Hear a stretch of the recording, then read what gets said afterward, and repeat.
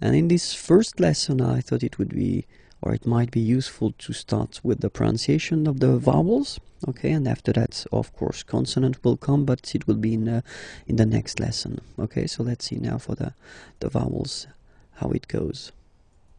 So the first one is A. Okay, A. So not really difficult to pronounce for most of you. Second one is Repeat. Okay. Remember that on this vowel we can put some accents. Okay, and then it will affect the way you will pronounce the okay, but if it's like that without any accent and you need to spell it or to pronounce the letter, it's okay, Next one is E, then O, okay, so don't be afraid to put your mouth really round, O, okay, so it's quite deep, O, okay, then U. So this U can be tricky. So from my experience of teaching, I've been noticing that, well, in most of the cases for American people, it can be quite tricky at the beginning. So you really need to insist on that. It's U, okay? Spanish-speaking persons can have some difficulties as well for that. U, okay? So don't be afraid to pronounce. So really, it's not U, because in most of the cases, that's the mistake people tend to make. They pronounce it like U, okay? Now, in that case, it's really U, so really narrow sound, U, okay? So don't be afraid to insist on that. And the last one is, well, it's Y. So if you need to spell it, then you say Y, okay? When you pronounce it, it's like E, okay? But the name of the letter is Y, okay? So if we check them again one more time, this one is A, then comes I, O, U, remember, U, and the last one, Y for the name, okay, but then the pronunciation is E, alright? And in this lesson, we'll discover the pronunciation of the consonants, so les consonnes. Are you ready? So let's start now. Okay, so les consonnes, B. Okay, so this one shouldn't be that difficult to produce. B. Then comes C. Okay, C. D. F. G. Okay, so if we want to repeat them one more time, B, C, D, F, G. Okay, let's see the others. H, J, K,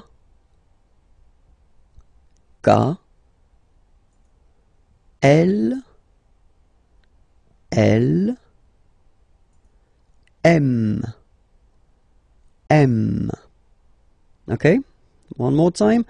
H, J, K, L, M. Okay, and then of course it continues. N, P, Q, R. So it's quite important because people tend to think that French people are making this R like that, really deep and really, well, it will hurt your throat if you try to insist too much on that. And if you listen to me, well, basically it's not that strong. R. Okay, so it's quite soft. R.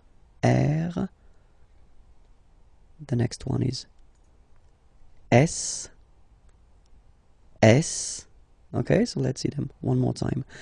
N, P, Q, R, S.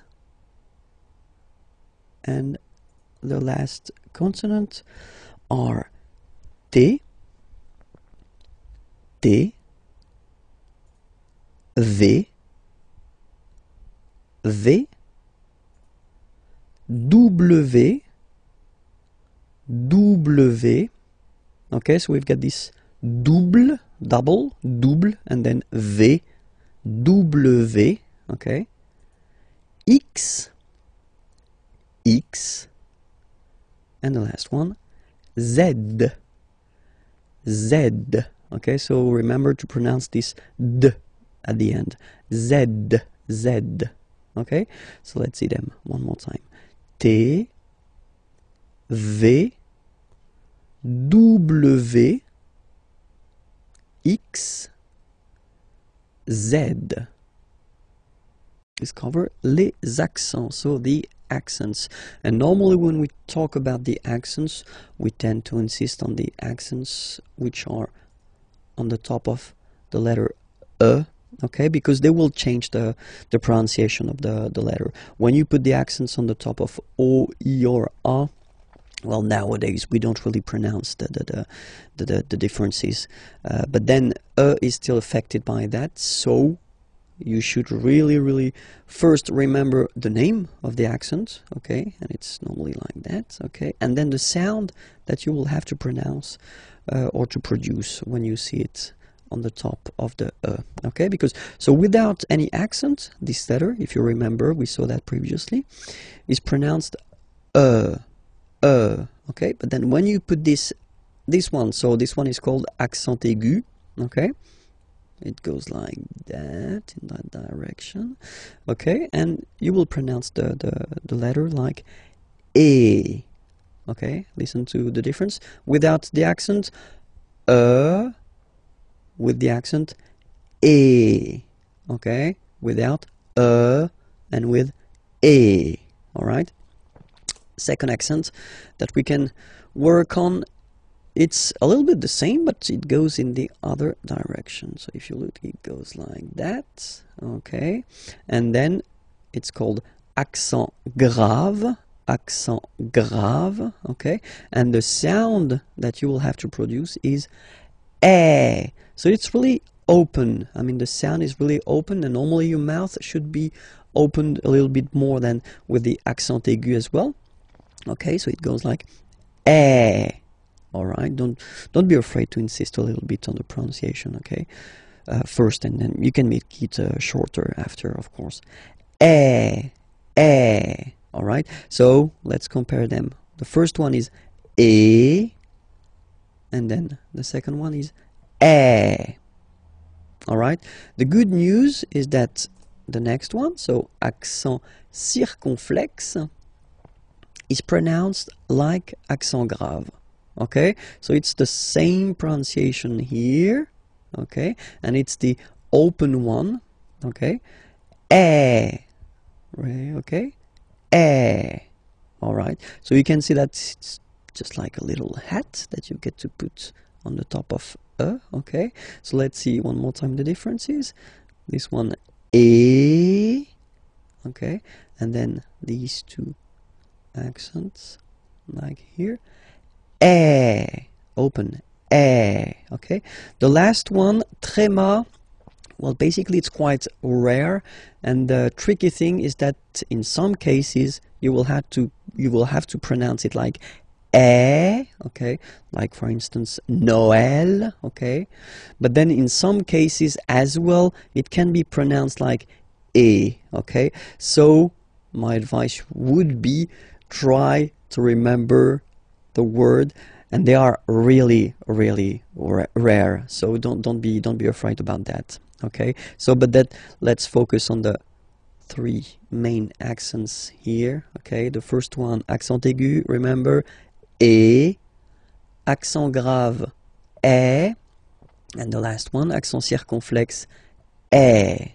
So we'll focus on les caractères spéciaux, so the special characters that maybe you will have to use if you want to, well, spell your name, or then if you want to give a web address or something like that. So because normally they can be quite useful, and at the really beginning, so it's quite useful to spend a little time on them. Okay, so let's start now. Les caractères spéciaux, the first one. Okay, if you look at it, it's here. Okay, and we called it tiret. Okay, tiret. All right, let's see the second one. Same thing, but it's, you know, the low one, so we call it tiret bas. Tiret bas. Okay, so remember the first one located in the middle is tiret, and the other one here is tiret bas. Okay, let's see the other one. So officially we called it arrobase, okay, but then, well, let's be honest, we can hear many French people or French-speaking people using this at, okay, but then the French were, of course, at, all right, but officially it should be arrobase, okay, so don't be surprised if someone is using that, or then you can use it as well, because that's the way it should be used. So arrobase, okay, here, so the dot, okay, because it's not always easy to spot here, we call it point, okay, point, all right, so one more time, tiret, tiret bas, arrobase, point, okay, and then it continues a little bit. So if you want to indicate that you've got, well, a double letter, okay, you can say, so in that case it's P, okay, so you say deux, okay, deux, it's two in French, deux, okay, P, deux, P, okay, if it would be another letter, then you would say deux, and then the name of the letter, of course.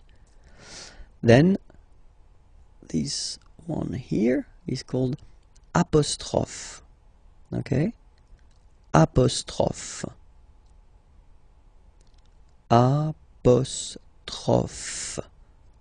okay, and the last one for this lesson, here you can see that in some cases, so we'll see that a bit later, I mean the reason why, but still you can have this little thing beneath the C, okay, and that's what we call cédille, cédille, okay, cédille, yeah, cédille, okay, and we'll discover a quite important thing, because it's a verb, and it's the verb être, okay, être means to be, okay, so as in many languages, the to be is quite useful, just for a simple reason, you tend to use it quite often, and then we can use it to construct some composed tenses that we'll see a bit later, okay, so let's see how it goes at the present form. Le verbe être, first is je suis, okay, je, it's the pronom personnel, so it's I, okay, suis, I am, okay, je suis, all right, then second person, tu es, okay, so remember, être is really tricky, especially when it comes to pronunciations, okay, so first one, suis, as you've been noticing, you don't pronounce the final S, okay, and for tu, then you've got this combination of letters, okay, but then basically the sound you will pronounce or you will produce is est, okay, tu es, all right, je suis, tu es, okay, so let's see the next one. So you've got this il, okay, so it's a capital letter, but then it's I and then L, okay, il, so it's he, okay, masculine form, and then elle, she, so feminine form, okay, and this is the verb, so il est, or then elle est. So you can notice that even if we write them differently, this like that and like that, we pronounce them the same way. And that's usually the difficult thing, you know, with the French language. What you write and what you pronounce can be quite different. Okay, so remember, je suis, tu es, il est, elle est. Okay, so let's see how the next one comes. Here it's nous, nous. Okay, sorry about that. Oops. Nous sommes. Okay, nous sommes. Okay, so you don't pronounce the final S here. It doesn't exist. Sommes. Nous sommes. Okay, then the next one is coming.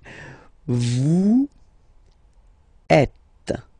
Same thing here. Notice that final S is not pronounced. Et.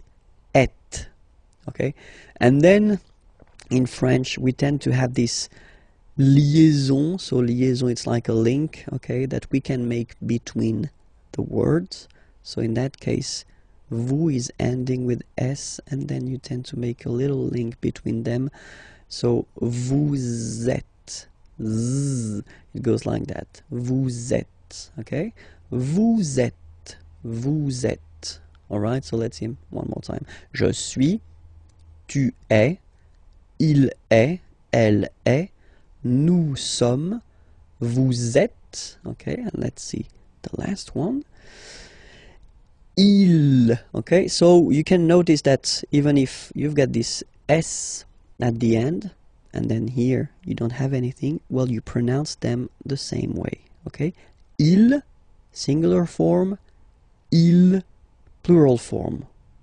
Okay, ils sont, final T not pronounced, ils sont, elles sont.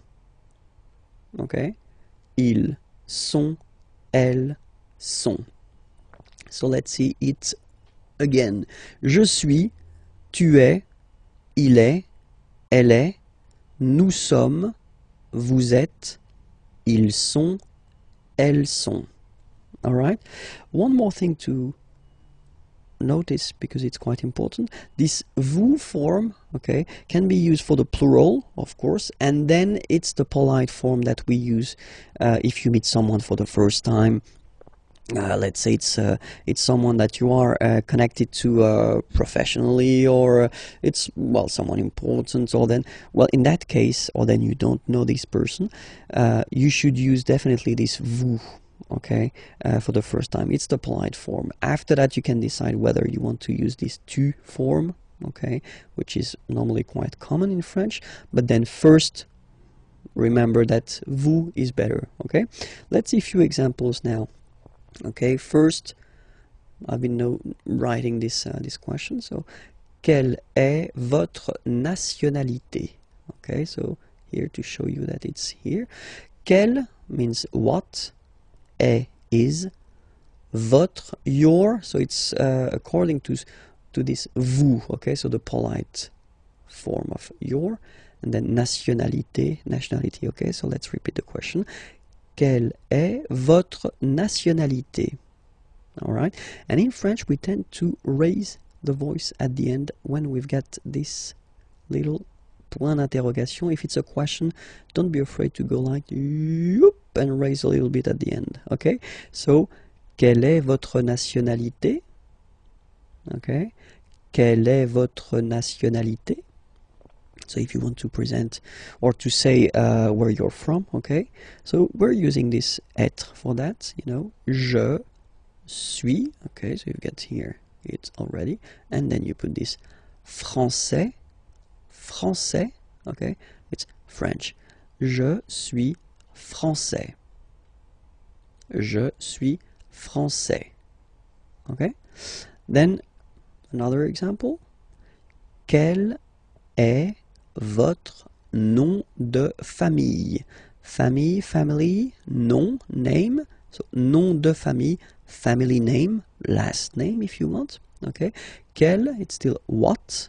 Okay, in that case it's written like that. So we will see that in a coming lesson, but just to inform you, that's the masculine form, just because non is masculine, and here you've got the feminine form because nationalité is feminine. Okay, but then we pronounce them the same way. So quel est, what is, votre, your nom de famille, so family name or last name. Okay, it's a question. Quel est votre nom de famille? Okay, so it's not the opera or something that you want to sing. Okay, so just raise a little bit your voice at the end of the question. Okay, so the answer, c'est le François. So it's interesting because you can see that we've got this c'est here, and it doesn't show in the examples that we saw previously, or for the conjugation, just because it's so, well, basically you could translate it like it is, or this is, or yeah, it is. Okay, c'est le François. Okay, and the last one, quelle est sa profession? Okay, quelle est sa profession? What is, so être, same, sa, so it's her, profession, profession. Okay, elle est directrice. Elle est directrice. Okay, so she's a director, and then it's the feminine form here. All right.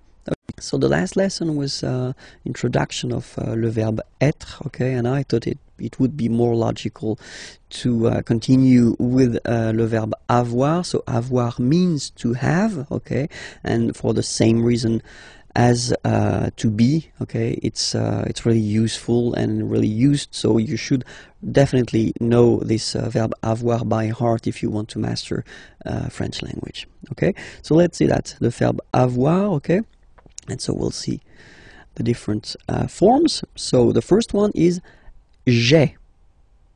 Okay, j'ai. All right, so if you remember correctly, we had this je, personal pronoun, and then when it comes near another vowel like a, for instance, then it tends to disappear. Okay, so just to avoid pronouncing this je ai, because we think that in French it doesn't sound that beautiful, so we tend to take this e away, okay, so that you get this sound j'ai, j'ai. Okay, so j apostrophe ai. Remember, when you combine this ai, you get the e sound. Okay, second one, tu as. Okay, as usual in French, final s is not pronounced. Tu as. Tu as. Okay, first one, j'ai, tu as. Then comes il, so masculine form, he, okay, il, he, elle, she, okay, and then a. So as you can notice, second form as is pronounced a, and this is a, same pronunciation in both cases. Okay, then nous avons, final s not pronounced, avons. Okay, and then we tend to make this little link, as I said previously in the lesson, for être, you make this link between the two, so nous avons, nous avons. Okay, nous avons, nous avons. That's it. Next one, same thing, the little liaison, little link between the two. Okay, vous avez, vous avez. All right, and the last one, so same thing. If you can see, you get this final s and final s here. Okay, and then you will have to make the little link between the two. Ils ont, ils ont, ils ont. Okay, and then feminine form, elles ont, elles ont. All right, let's see the whole thing one more time. J'ai, tu as, il a, elle a, nous avons, vous avez, ils ont, elles ont. Okay, so let's see now.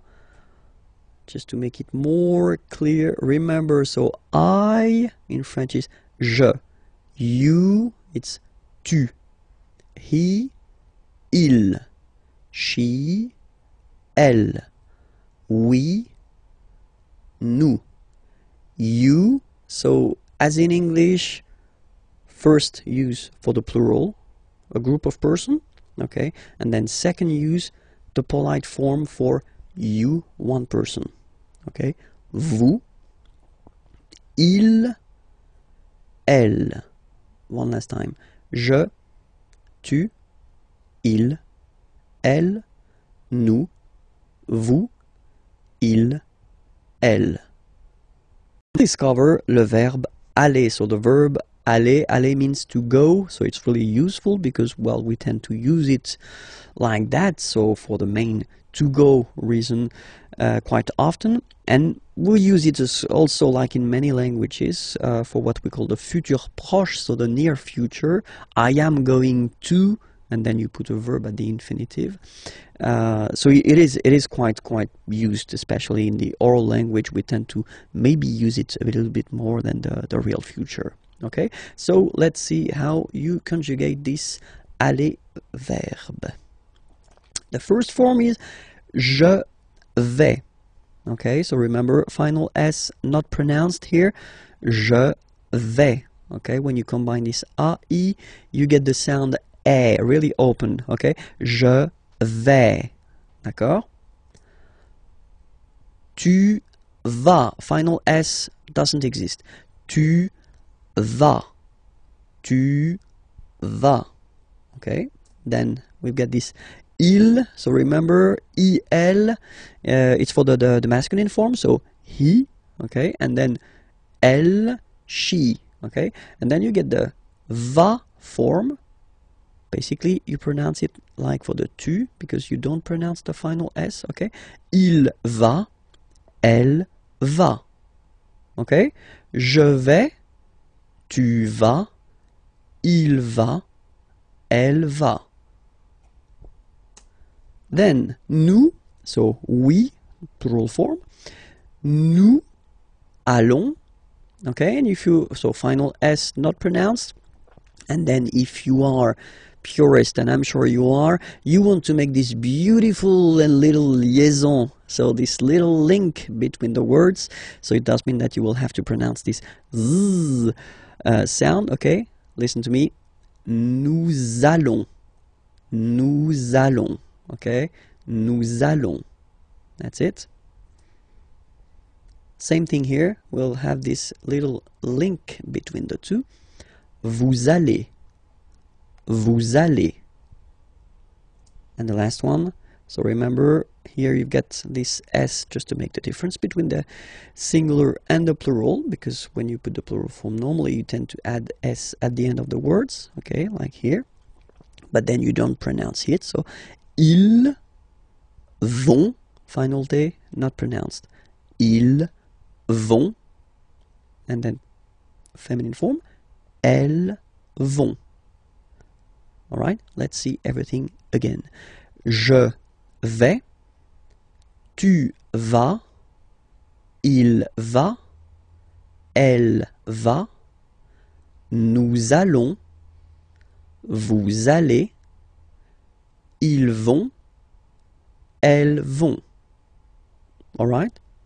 And then just few examples just to show you how useful this aller verb can be, because we tend to use this aller verb when you want to ask if someone is doing fine, okay? So the first question, how do you do in French is comment, so how, comment, allez-vous? And then, same thing here, little link between the two. Comment allez-vous? comment allez-vous? Alright, so I've been putting this vous form here for the first example just to show you that if you meet someone for the first time, then it's better to use this vous. So here the vous form, so because it's the polite form. Okay, comment allez-vous? Okay, it's a question, so raise a little bit your voice at the end, like comment allez-vous? Okay, you see, comment allez-vous? Alright, so answer when you want to say I'm doing fine. Okay, je vais bien, and then you say merci, thank you. Je vais bien, merci. So now, if you know the person, okay, you get two options. I mean, normally that's the most used one. The first one would be comment vas-tu? Okay, so in that case you just switch and you change this you, so polite form, and you change it with this tu form. Comment vas-tu? Okay, well, answer can be the same, you know, je vais bien, merci. Okay, and the other one, comment ça va? Okay, it would be like impersonal form. Okay, so you're not really addressing directly to the person. How is it going? Could be translated like that in English. Okay, comment ça va? Okay, you raise a little bit at the end. Comment ça va? And then same thing, you can answer with ça va, merci. Okay, so let's read them. Comment allez-vous? Je vais bien, merci. Comment vas-tu? Je vais bien, merci. Comment ça va? Ça va, merci. We will discover le verbe s'appeler. So previously we've been seeing three verbs. So the first one was être, to be, yeah, and then after that it was avoir, to have, and then in the last or previous lesson it was aller, to go. And I thought it would be useful to introduce this s'appeler verb, because normally that's the verb you tend to use at the right beginning when you want to introduce yourself, because if you say my name is, well, in French we will use this s'appeler verb. Okay, it is always tricky and a big challenge for a French teacher to introduce this s'appeler verb at the real beginning, because it belongs to this group of verbs that we call verb pronominaux. So you'll see why, because if you compare it to the others, something is coming there. Okay, so if you remember, when we conjugate a verb, first we put the pronom personnel, so the personal pronoun here. So je is like I. Okay, and then so basically the verb appeler means to call. Okay, so without this s, okay, appeler is to call. Okay, and then when you had this s here, and then if you transform it like in this form, I call, and this is a pronoun, it's like me, so it's like I call myself, I call me. So it's just the way we've got in French to introduce ourselves. Okay, so it's je m'appelle. Okay, je m'appelle.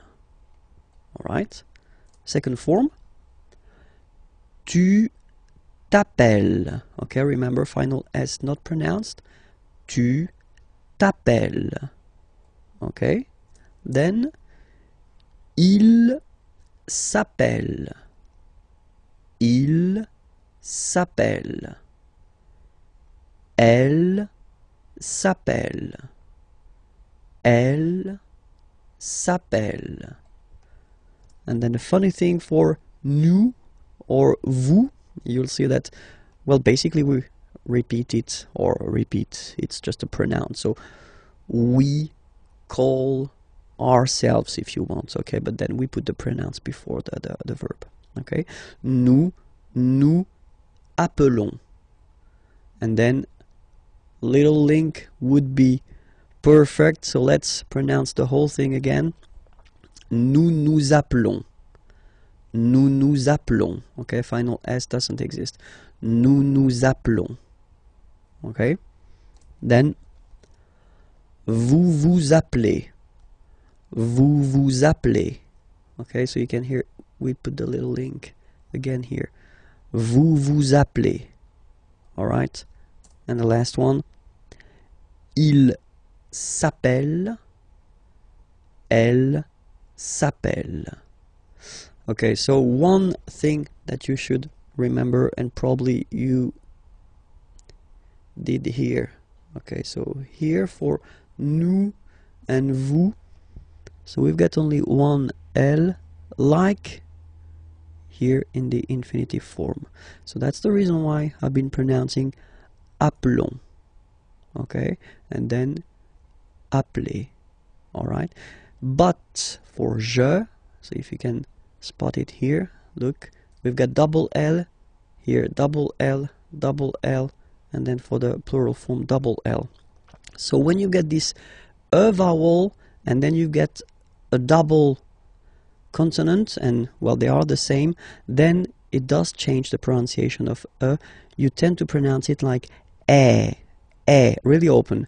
That's the reason why you pronounce it appel, okay? Appel, and appel. Alright, so as I said, that's the tricky thing with French language. I mean, you write them like here without S, here with S, and here with E and T, you pronounce them the same way. Je m'appelle, tu t'appelles, il, elle s'appelle, elle s'appelle. Okay? Alright. And now a few examples. Comment vous vous appelez? Okay, so comment vous vous appelez? So when you want to know the name of someone, you know. Comment vous vous appelez? Answer. Je m'appelle Vincent. Et vous? Okay, so I am Vincent. I call myself Vincent if you want. Vincent.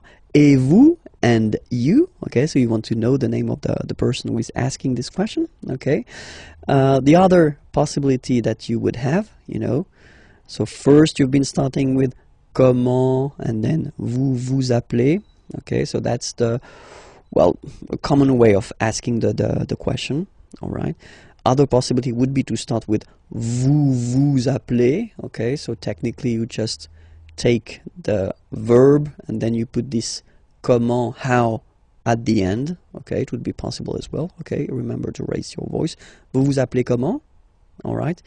And the last one is the more correct form. Okay, so first you should start with comment, how, and then, as in many languages, you should, well, change a little bit the order of the structure of the sentence. Okay, vous appelez vous. Okay, that's the real correct way to ask the name of someone, you know. Comment vous appelez-vous? All right, and then you raise your voice. Comment vous appelez-vous? All right, so let's repeat them. Comment vous vous appelez? Vous vous appelez comment? Comment vous appelez-vous? All right, we'll discover in this lesson pour se présenter. So if you want to present yourself, okay, so it will be a really short lesson, but still quite useful. Because, well, technically you will have to present yourself at one point when you speak with French people or French-speaking people. Okay, so let's discover how it goes. The first one, well, you tend to use this appeler verb, okay. Je m'appelle Vincent Lefrançois, okay. Je m'appelle Vincent Lefrançois. So you use this s'appeler verb. So I did introduce this verb in the previous lesson, so it was leçon H. Okay, so if you didn't see this lesson, I definitely invite you to watch it, because I tend to explain the reason why, you know, I've got this, well, there is this je m'appelle form. Okay, so je m'appelle Vincent Lefrançois. So that's the first possibility you will have. The other possibility is to use this être, so to be verb. Je suis, I am. Je suis Vincent Lefrançois. Okay, so the first one, je m'appelle. So basically, s'appeler or je m'appelle, you could translate it directly, but well, it's not really interesting, but still, you know, I call myself, okay? So that's the verb we tend to use when we introduce ourselves. Je m'appelle Vincent Lefrançois, okay?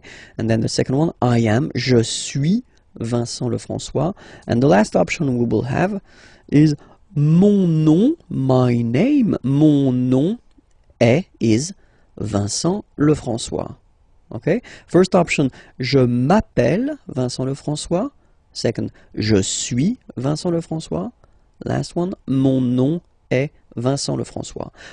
Of course, the first one is the most used. Okay, even if the verb is a bit tricky at the beginning, definitely you should work on it, and you should, well, master this s'appeler verb, because that's the one we will use when we introduce ourselves. Okay, we'll discover les articles définis, so definite articles. In English it would be the, okay, but in French, of course, as usual, we've got the difference between the masculine form, the feminine form, and the plural form. Okay, and we start with the masculine form, so we've got le,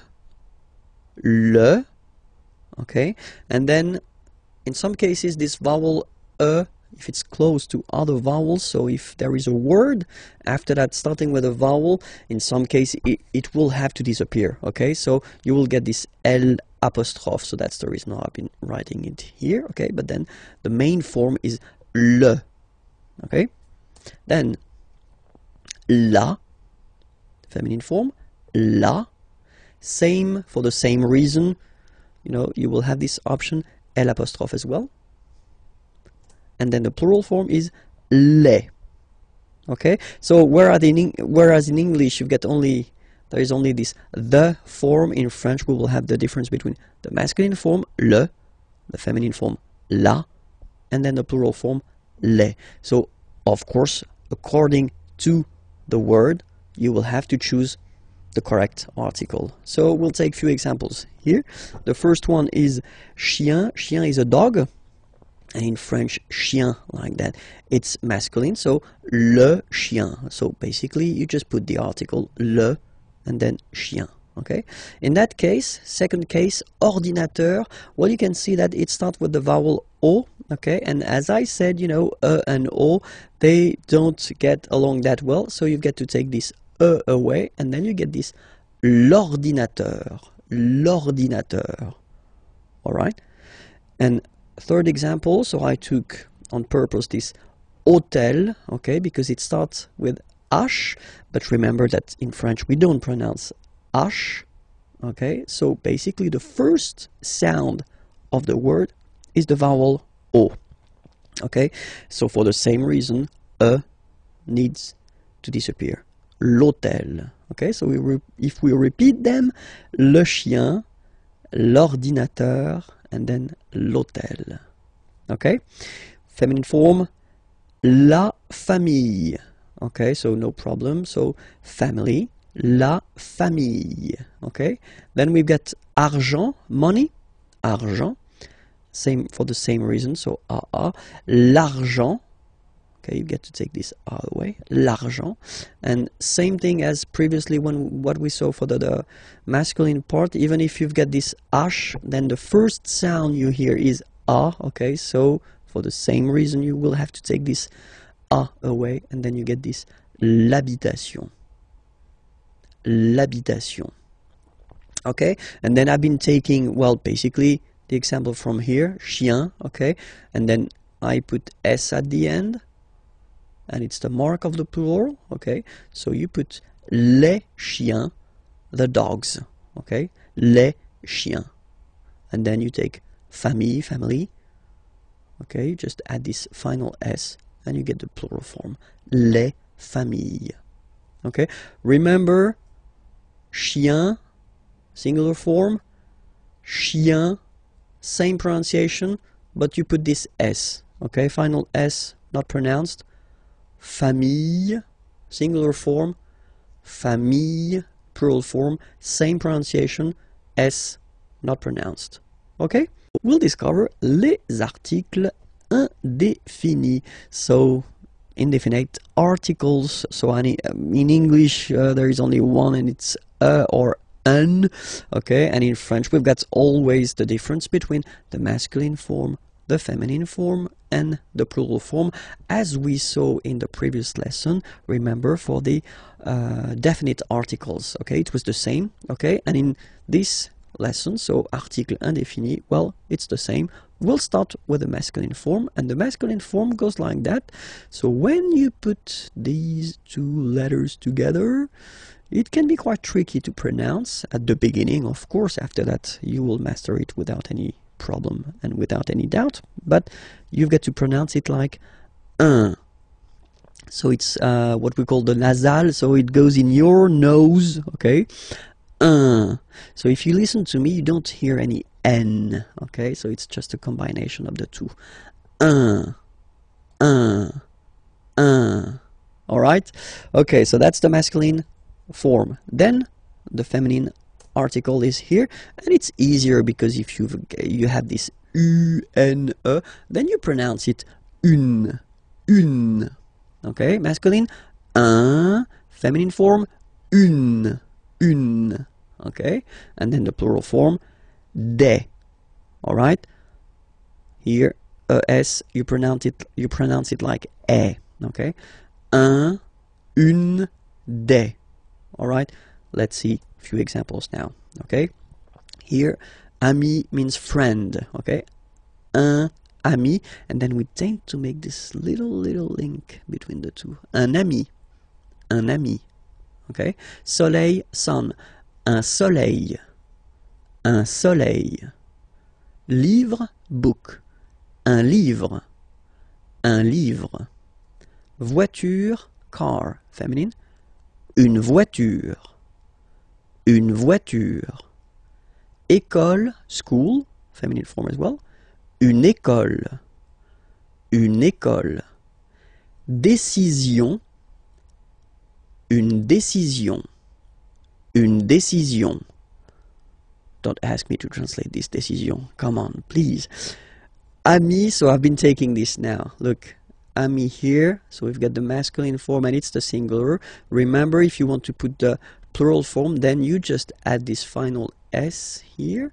Okay, but then technically you pronounce it the same way. So singular form ami, plural form you add this S, but it's ami as well. Okay, in that case you get des, so here des, okay, here, and then there is this little liaison. Remember, it's been introduced in a previous lesson. You put this little link between the word. Des amis. Okay, I've been taking voiture here, voiture, a car. Okay, just add this S at the end and then you get the plural form, des voitures. Okay, and then I've been taking back this livre, same thing, you just add S at the end, des livres. Okay, let's repeat them one more time. Un, une, des. Un ami, un soleil, un livre, une voiture, une école, une décision, des amis, des voitures, des livres. Let's cover together l'article interrogatif. So it's really useful, and we'll see that now. So l'article interrogatif, here you get the masculine form, and it's quel. Quel means what. Okay, so that's what you'll use when you want to ask a question with what. Okay, and you've got a good example here. So quel est votre nom de famille? What is your, so the polite form of your, nom de famille, family name, last name, okay? Quel est votre nom de famille? What is your last name? Second example, quel est votre prénom? Prénom is first name. What is votre, the polite form for your? Quel est votre prénom? What is your first name? Okay, so you can see now, more in detail, that nom, prénom are masculine words. And that's the reason why, in that case, you get to choose the article here according to the gender of the word it is connected to. Quel, masculine form, because nom is masculine. Quel, masculine form, because prénom is masculine. Okay, let's see now the feminine. And the good news is that, as usual in French, we write the thing differently, but then we can pronounce them the same way. And then the feminine form is written like that, Q-U-E-L-L-E, but it's pronounced like the masculine form. Qu'elle at the masculine, qu'elle at the feminine. Okay, so it's basically same pronunciation. Okay, and then here we've got two examples. So for the same reason as previously, we had this nom and then prénom. They were masculine words, so you will have to put this qu'elle form at the masculine. And then here, nationalité and adresse, so nationality, address, are feminine words. So it does mean that you will have to use this article interrogatif, quelle, at the feminine form. Quelle est, what is, votre, your, nationalité. What is your nationality? Quelle est votre nationalité? Okay. Quelle est votre adresse? What is your address? Okay. So, let's repeat them. Quel est votre nom de famille? Quel est votre prénom? Quelle est votre nationalité? Quelle est votre adresse? Okay. So, remember one thing for the phonetics, okay, the way to pronounce them. Quelle, masculine form here, will be pronounced exactly as the feminine form here. Quelle. So only one sound, okay? And then the second thing that you've got to remember, of course, you can, well, basically accord these articles with the word they are connected to. So it does mean that if the word is at the plural form, then you will have to put the plural form. The rule in French, if you remember correctly from the previous lessons we've been doing, is to put this final S at the end of the words to put the plural. Okay, so quelle here for the masculine singular will become quelle here, masculine plural. Okay, quelle here, feminine singular, will become quelle with the S, feminine plural. And the good news is that you will pronounce them the same way. Alright, so quelle, quelle, quelle, and quelle. Okay, remember that in some cases, of course, you will have to make this little liaison, you know, this little link between the words. So if the word or the verb or whatever is coming after is starting with the vowel, of course you will have to put this little link. But then if you pronounce it, or if you pronounce them just like that, quelle, quelle, quelle, quelle. Okay? We're going to discover together les jours et les mois. So, the days and the month. Okay? Les jours et les mois. So let's see that together. And so we'll start with les jours de la semaine. Okay, semaine is week. Les jours, so you can see that it's the plural form. Huh? The days, hein? Les jours of de la semaine. Les jours de la semaine, the days of the week. Okay, so we'll start with the first one. And in France, the week starts with lundi, Monday, lundi, lundi. Okay, remember, UN is pronounced like un, lundi, lundi, lundi. Then mardi, mardi. So you can hear that you don't pronounce it that strongly, this R. Huh? Mardi, mardi, okay? You don't need to go too deep like mardi. No, no, no. You don't move your tongue, so it doesn't sound like mardi. No, it's really soft. Mardi, mardi, mardi. Okay? The next one is mercredi, mercredi, Wednesday. Mercredi, mercredi. Okay? Next one, jeudi. Jeudi. Remember, when you combine this U, you get the sound jeudi. Jeudi. So I insist a little bit, so make it softer. Jeudi. Jeudi. Then en, nasal, and it's en. So remember, vendredi, vendredi, vendredi, vendredi. Okay? Then samedi, samedi, don't insist on the samedi, samedi, alright? And the last one, dimanche, dimanche. You get the sh, and then an, dimanche. Okay, let's see them one more time. Lundi, mardi, mercredi, jeudi, vendredi, samedi, dimanche.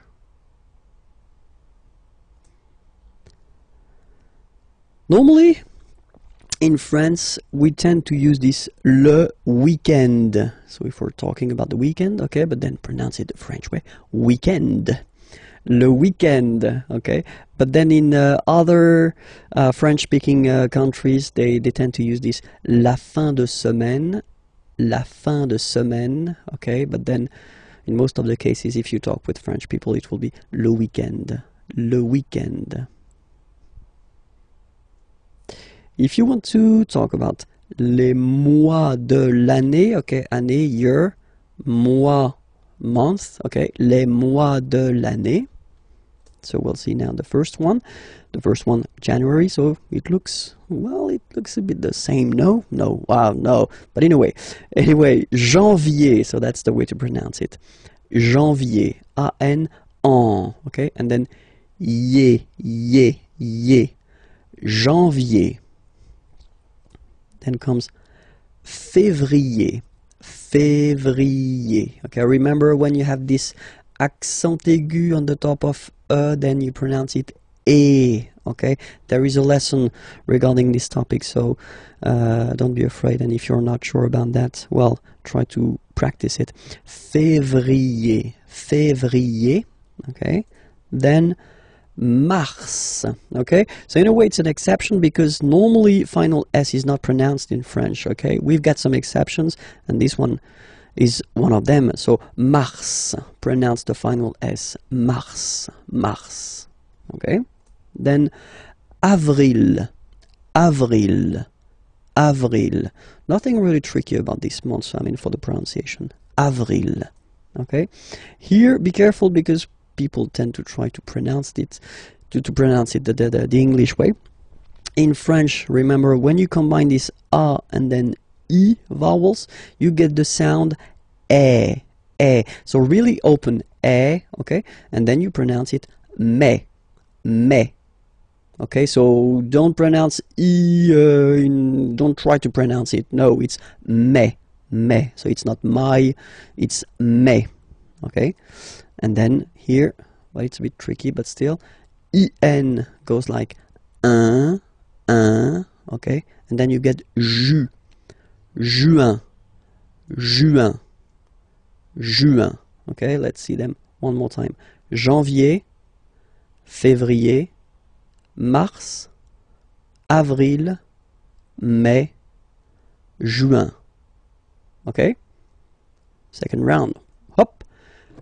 Juillet. Okay, you get this double L here. Juillet. Don't pronounce this final T, E-T here at the end. E. Juillet. So it's July. And then here, two options because, well, two options are acceptable in French. The first one, you don't pronounce the final T. Ou. Second one, you pronounce it août. Alright, so remember, first option, don't pronounce it ou. Second option, you pronounce it août. Okay? Then, well, it's quite simple normally for English-speaking persons, or then it's quite close to other languages as well. So septembre, septembre. Remember this EM en septembre. You don't insist on the final E. Septembre, septembre. Then same thing here. Don't insist on the final E. Octobre, octobre, octobre. Novembre, novembre, novembre. Okay, EM en novembre, novembre.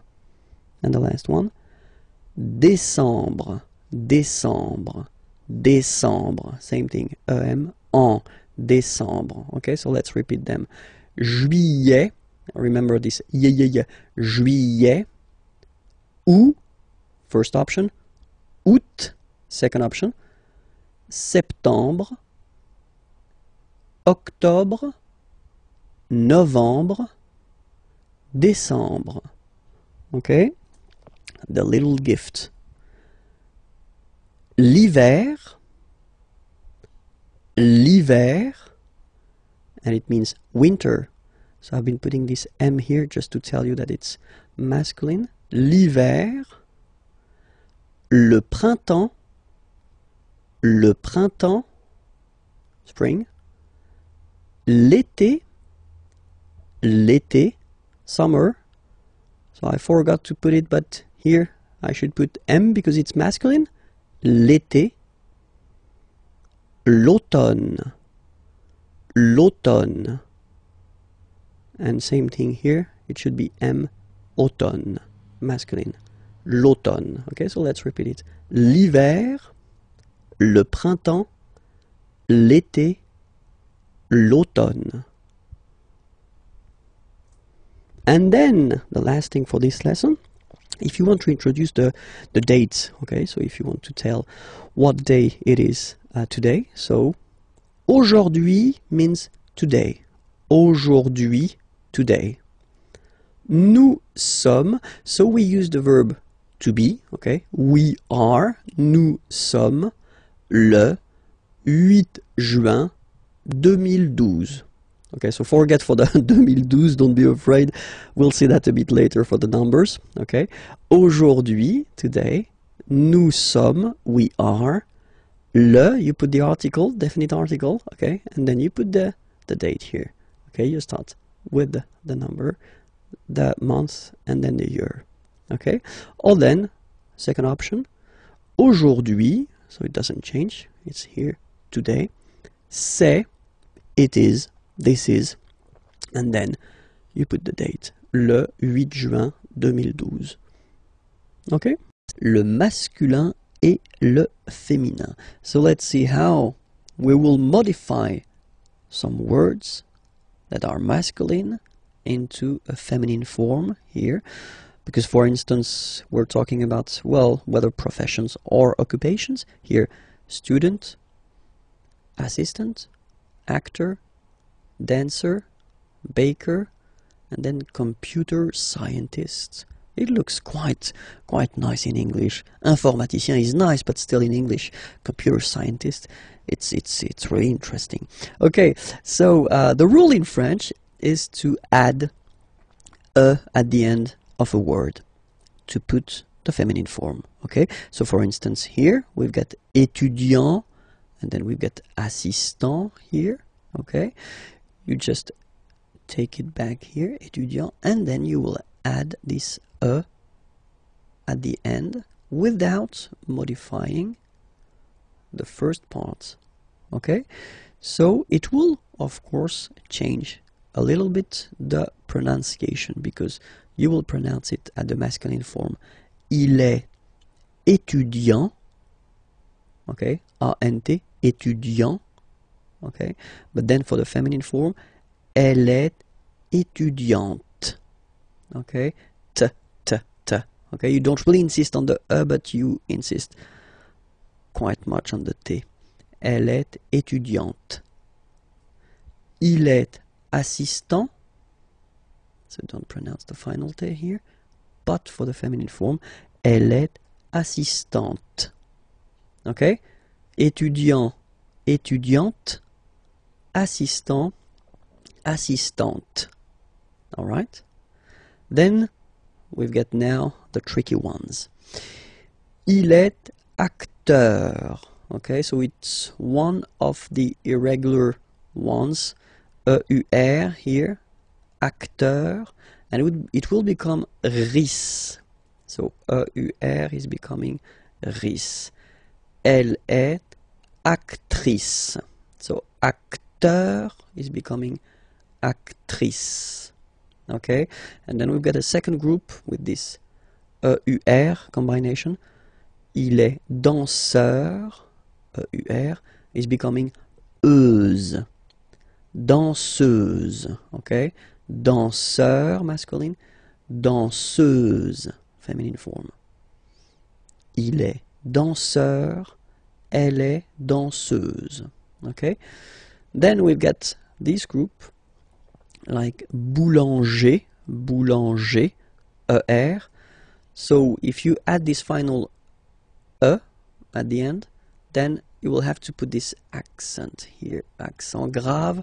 Remember, when you've got this E plus this accent grave, you pronounce it like E, really open E sound. Okay, so boulanger, boulanger, and then feminine form, boulangère, boulangère.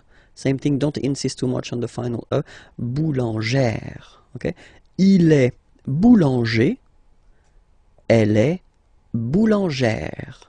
Alright? And the last group is I-E-N, informaticien, yin, yin, yin. So that's the way to pronounce this I-E-N, yin, yin. Okay? Informaticien. Alright? And then, if you look carefully, then here, okay, you will have to double the N and then add this final E. Okay? And you get the sound informaticienne. Sienne. Remember, E and then double N, or then it could be double L or double consonant here. You open your E, so it's E. Informaticienne. Okay, so I tend to insist a little bit. Okay, don't worry, I will pronounce it a bit more normally after. Il est informaticien. Elle est informaticienne. Okay, so let's see them one more time. Il est étudiant. Elle est étudiante. Il est assistant. Elle est assistante. Il est acteur. Elle est actrice. Il est danseur. Elle est danseuse. Il est boulanger. Elle est boulangère. Il est informaticien. Elle est informaticienne. We'll work on the vowels, les voyelles, in this lesson, and then we'll see how they behave when we combine them with another letter. So the vowels that we will work on, we won't take this Y vowel on purpose, okay? So we'll focus only on A, E, I, O, U. Okay, so remember, one more time, A, E, I, O, U. Okay, remember, this U is usually can be quite tricky for English-speaking persons, especially the difference between the U and the U. Okay, but we'll see that a bit later. So if you combine this vowel A with the vowel I, okay, you will get the sound E. So really open E. Okay, and then if you combine it with the vowel U, then you will get the sound O. O. Alright, so, well, exactly the same sound as this O vowel here. So it's the same O. Okay, and then if you combine it with the letter N, in that case, you will get what we call nasal, so it goes in your nose, and then you get the sound on. Okay, if you listen carefully, well, basically you don't listen, or you don't hear, sorry, any N in my pronunciation. On. Okay, let's see what happens with a. So a combined with the vowel e will give you the sound e. So the same sound as we had previously here. Okay, so it's the same sound and it's e, so really open. And now if you combine it with the u, you will get the sound e. And if you combine it with n, then you get the sound en. So the same sound as we had when we combine n with a, okay? En. Alright, so let's see now for e. So for e, obviously, if you get two times the same letter, then it will be a bit longer, so e. Okay, same thing for u, it doesn't really happen. And then here, that's the interesting one. If you combine e with n, then you will get the sound un. Okay, in your nose, Alright, so let's see o now. If you combine o and e, you will get the sound wa.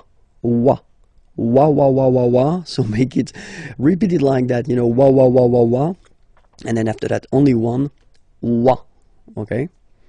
Then if you combine it with u, you will get the sound oo. So as I said previously, the difficulty, one of the big difficulty for English-speaking persons is this difference between the oo here and the u here.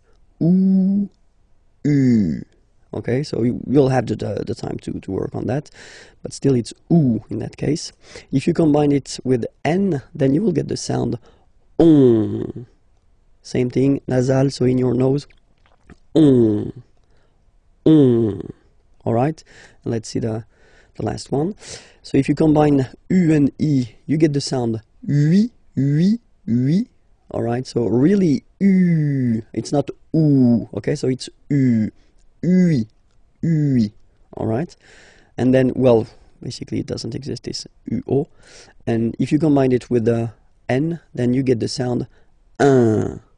So before we had the difference between this un here and this un here, but nowadays in France, at least, you don't make any difference between the two. Okay, so it's un here and un here.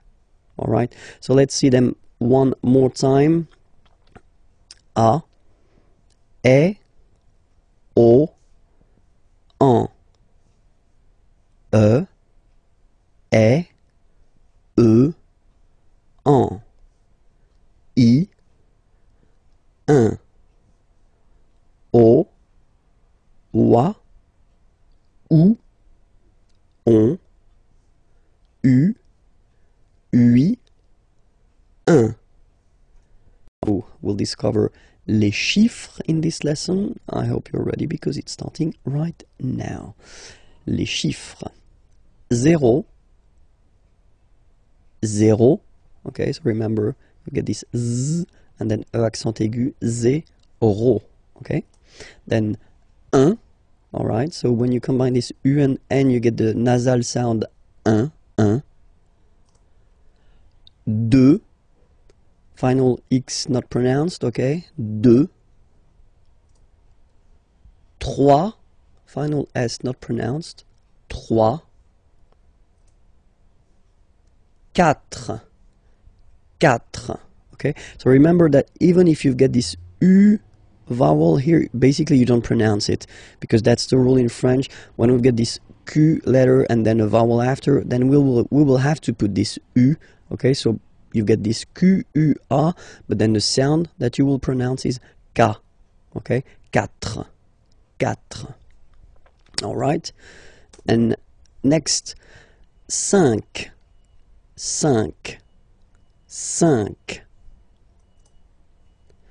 Then be careful here, because even if it's ending with this X, well, you'll have to pronounce it like S, okay? So you get the 6 pronunciation. 6. Okay, so it's not 6, it's 6. All right? Then here, remember, P is not pronounced. Okay, it doesn't exist, so you get this set sound. Set. Okay? Then here, final T is pronounced, so huit, huit.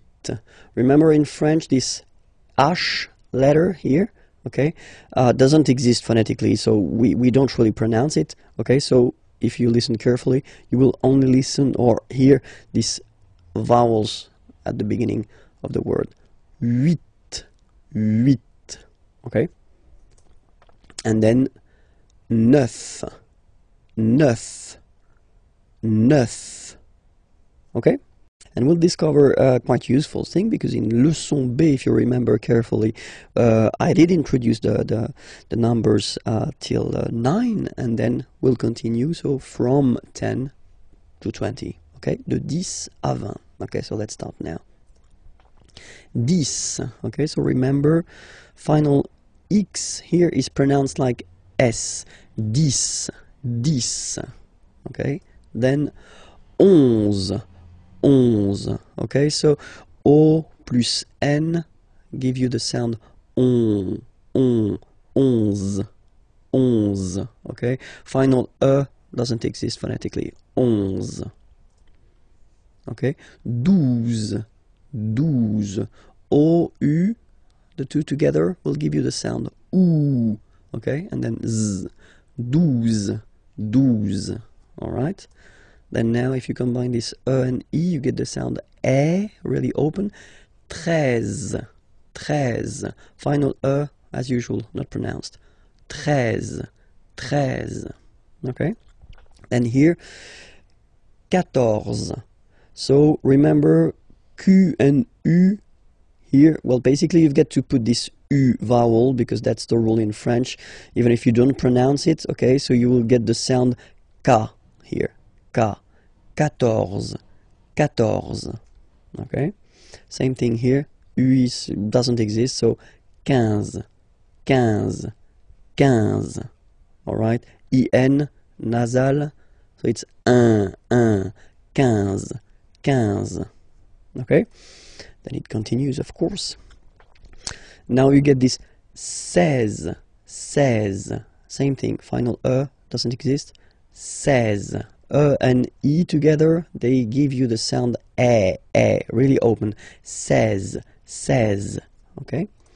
Then it becomes logical now, because if you look carefully, you get this 10, okay? 10, and then 7. So if you remember this, it's here, it's 10, and then 7, 7, okay? So it's clear. But then for the pronunciation, 17. Okay, so you don't insist on the S. 17, 17, 17. Okay, then 18. So you will make this little link between the two, the liaison. 18, 18, 18. Okay, then 19, 19, 19. Okay, E, U, E. 9, 9, 9, 19. And the last one, so this G letter is here, but you don't pronounce it, okay? And then final T doesn't exist phonetically either, so basically you will only need to pronounce these 3 letters, so you get V, V, and then you get nasal, IN, 1, 20, 20, 20, okay? Hi everyone, bonjour à tous and welcome to Learn French with Vincent, and this is Unité 2, Leçon D. So let's see what we'll discover together in this lesson, and we'll work on les adjectifs possessifs, so really useful. Well, in French, as usual, we will have the difference between masculine form. So for the masculine form, we'll have mon, mon, ton, ton, son, son, notre, notre, votre, votre, leur, leur. Okay, so let's be clear, you know, when we talk about les adjectifs possessifs, in English it will be my, your, his, are, your, their. Okay, but then in French, well, basically we'll have the difference between the masculine, the feminine, and the plural. And then keep in mind, we'll see that a bit later when I will give you some examples, that in French we don't decide whether it's masculine, feminine, or plural according to the subject, like in English, because in English you put whether the masculine or the feminine according to the subject, but we will in French put the masculine according to, or the feminine or the plural, according to the word it is connected to. Okay, so it's quite important to just remember that, because it will be really important for the decision whether you put the masculine or the feminine or the plural form. Okay, so we saw first now here the masculine form. Let's check the feminine form, and it's ma, ta, sa. Okay, so you can see well, of course differences, but then still, you know, it works like M, T, and then T, and S. Okay, so, well, mon, masculine, ma, feminine form, ton, masculine form, ta, feminine form, son, masculine form, sa, feminine form. And then the good news is that notre is the same, votre is the same, and then leur is the same. Okay, so you don't really have a difference between these three persons. You will have to use the same adjective possessive. Okay, so the only difference is there: mon, ton, son, ma, ta, sa. Okay, and now let's see the plural part here. Okay, so for the phonetical or pronunciation aspect of it, then remember that this es here combined will give you the sound eh. Okay, so you'll pronounce it like me, me, me. Okay, te. So logical, same pronunciation here. Te, se. All right, so me, te, se. Okay, and then for the plural, no, vos, and then leur. Okay, so remember, even if you've got this final S, you don't pronounce it, as it was the case already for this word, no, you don't pronounce the final S, vos, you don't pronounce it, leur. Okay, so if we see that one more time, it's me, te, se, and then no, vos, leur. Okay, so let's see a few examples now. So for the masculine, mon père. Okay, so père means father. Okay, so father is masculine, and so you will put mon père. So you will put here the masculine adjective possessive, my father, just because father is masculine. Okay, so the subject, the person who is actually talking about his father or her father, doesn't really affect the fact that you use the masculine or the feminine here. You put the masculine because father is masculine. Okay, so vélo, bicycle. If you want to say my bicycle, you will say mon vélo. Okay, just because vélo is masculine. Un vélo, and then mon vélo. All right, let's see now a few or two examples for the feminine. Mother. Mother is feminine, and then you will have ma mère. Ma mère, my mother, ma mère. Okay, here you've got voiture. Voiture means car, a car. Okay, and it's feminine, so une voiture. Same thing here, you will put the feminine form, ma voiture, ma voiture. Okay, and let's see now for the plural. So parents, parents, mes parents. Okay, because it's the plural form here. Okay, so you get the plural form here as well. Mes parents.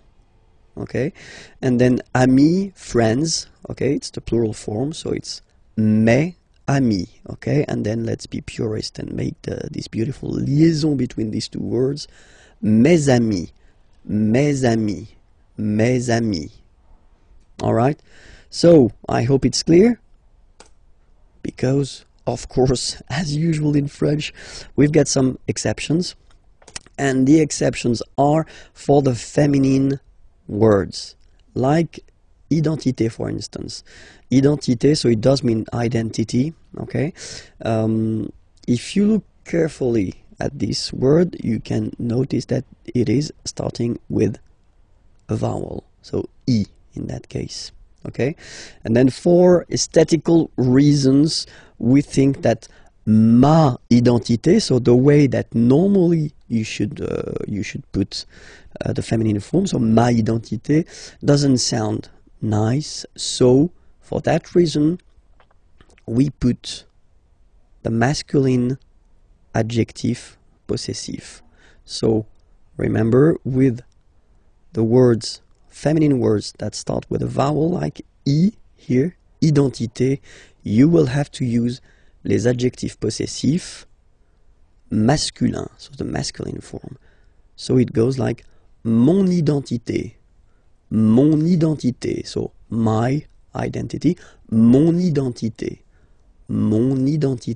Okay, another example, adresse, so same thing here, adresse is a feminine word, but then it starts with a, okay, same thing, you will have to use adjectif possessif masculin, mon adresse, my address, mon adresse, okay, you can hear now this little link, so you get to pronounce this N, mon adresse, okay.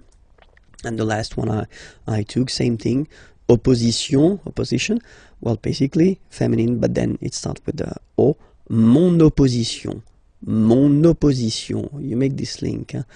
Mon opposition, so let's repeat it one more time, mon identité, mon adresse, mon opposition. Okay, I hope everything was okay with you. So it was leçon D. Okay, so remember to check for the next lesson and the previous lessons there, here, and then you get, of course, more material at the following website, www.imagier.net. Okay, bye-bye. Work on les pronoms toniques. So they're useful, and normally we tend to introduce them quite fast in French because you will have to use them. Les pronoms toniques, so if you remember we saw les pronoms personnels like je, I, tu, you, etc. Okay, but then in that case, when you want to use this pronom tonique, normally you want to insist, okay, and then you want to use this moi form, so moi is me. So that's the main difference between moi, me, and then je, I, because je, normally you will use that to construct a sentence as a subject, okay. Normally this moi is not a subject, so it's not possible to put that right before a verb. It would be a mistake, okay. Moi, so it's me, moi. So remember this OI combination give you the sound wa wa wa, moi, okay. And then you get toi, toi. For the masculine form we get lui, lui, lui. Okay, and for the feminine form we've got elle, elle. So you can notice that, well, basically for the masculine it does change because pronom personnel is il, okay, and in that case pronom tonique is lui, all right. But then for the feminine form it's the same, so it's elle, okay. And then good news, same thing for the plural, nous, vous, okay, so they don't change. You get nous, and then you get vous, as for the pronom personnel. And same thing here for the plural form, third person of the plural. So the masculine form will change, and you get the sound remember, final X not pronounced, and then plural elle, elle. Okay, so let's see them one more time. Moi, toi, lui, elle, nous, vous, eux, elle. Okay, so I did prepare a few examples. So the first one, moi, j'aime le tennis. Okay, so here you can see that you start the sentence with moi, okay, so me, okay, and then you have to put pronom personnel, je, okay, so in that case you take the e away because the verb is starting with a vowel, okay, but then j'aime, so this j'aime form, I like, or then I love, okay, le tennis. Moi, j'aime le tennis.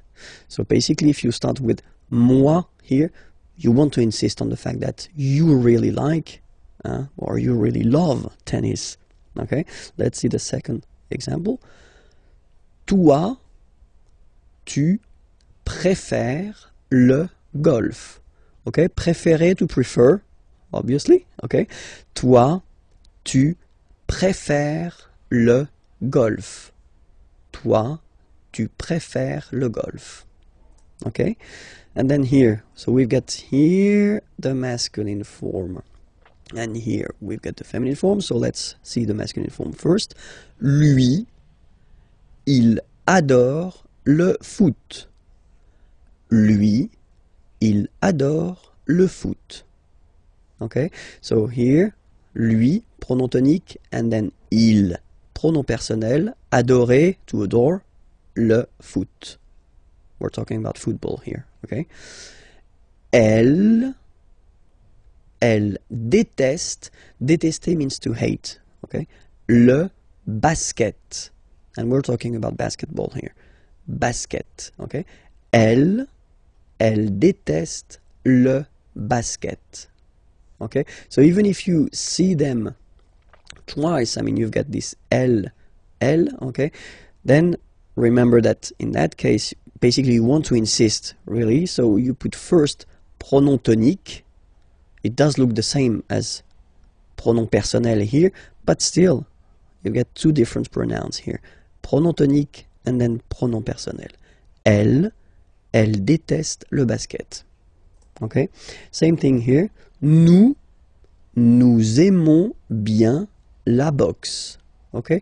So the difference between aimer here, like I love, okay, and aimer bien, normally when you put this bien after aimer, well, it's because you want to insist on the fact that you like, you don't love something, you like it, okay? Nous aimons bien la boxe. All right? Next example. Vous détestez la natation. Vous détestez la natation. Natation is coming from nager to swim, okay? And then natation is the substantive form. Vous détestez la natation. And then the two last examples. So first the masculine here, and then the feminine here. So let's see the masculine form. Eux, so if you remember, it was eux, pronom tonique. Ils préfèrent, so préférer to prefer, and then you can see that it's here, the plural form. Ils préfèrent la marche. La marche is coming from the verb marcher, marcher to walk, okay? La marche. Eux, ils préfèrent la marche. And then the feminine example. Elles adorent le jogging. Elles adorent le jogging. Okay? Let's read them one more time. Moi, j'aime le tennis. Toi, tu préfères le golf. Lui, il adore le foot. Elle déteste le basket. Nous aimons bien la boxe. Vous détestez la natation. Eux, ils préfèrent la marche. Elles adorent le jogging. Work on the questions, so les questions, and especially the little words that you will have to use or to put at the beginning of your questions. And the first example that we can see is quand. Quand means when, okay? So let's see two examples. So if you start a question with quand, like in the first example here, quand arrivez-vous, okay? Arriver is to arrive, okay? So vous, second person of the plural. You can use that for a group of person, or then you can use that for one person, and that's the polite way to use. Quand arrivez-vous? And now you can see that we've been changing the order. So normally, of course, the subject is before the verb, okay? But then the correct way to make a question, if you start with this quand, is to change the order. So first you put the verb, then you put this pronom personnel. Okay? Quand arrivez-vous? Alright? And then the rule is like in French, you get to raise a little bit your voice at the end of a question.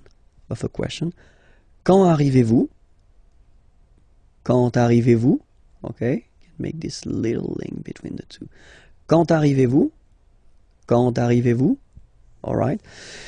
And then, well, when we talk, then we normally have this option to drop this rule. So not to use this rule, so just to put the verb and then the subject after. And we tend to add this est-ce que form here, est-ce que, okay?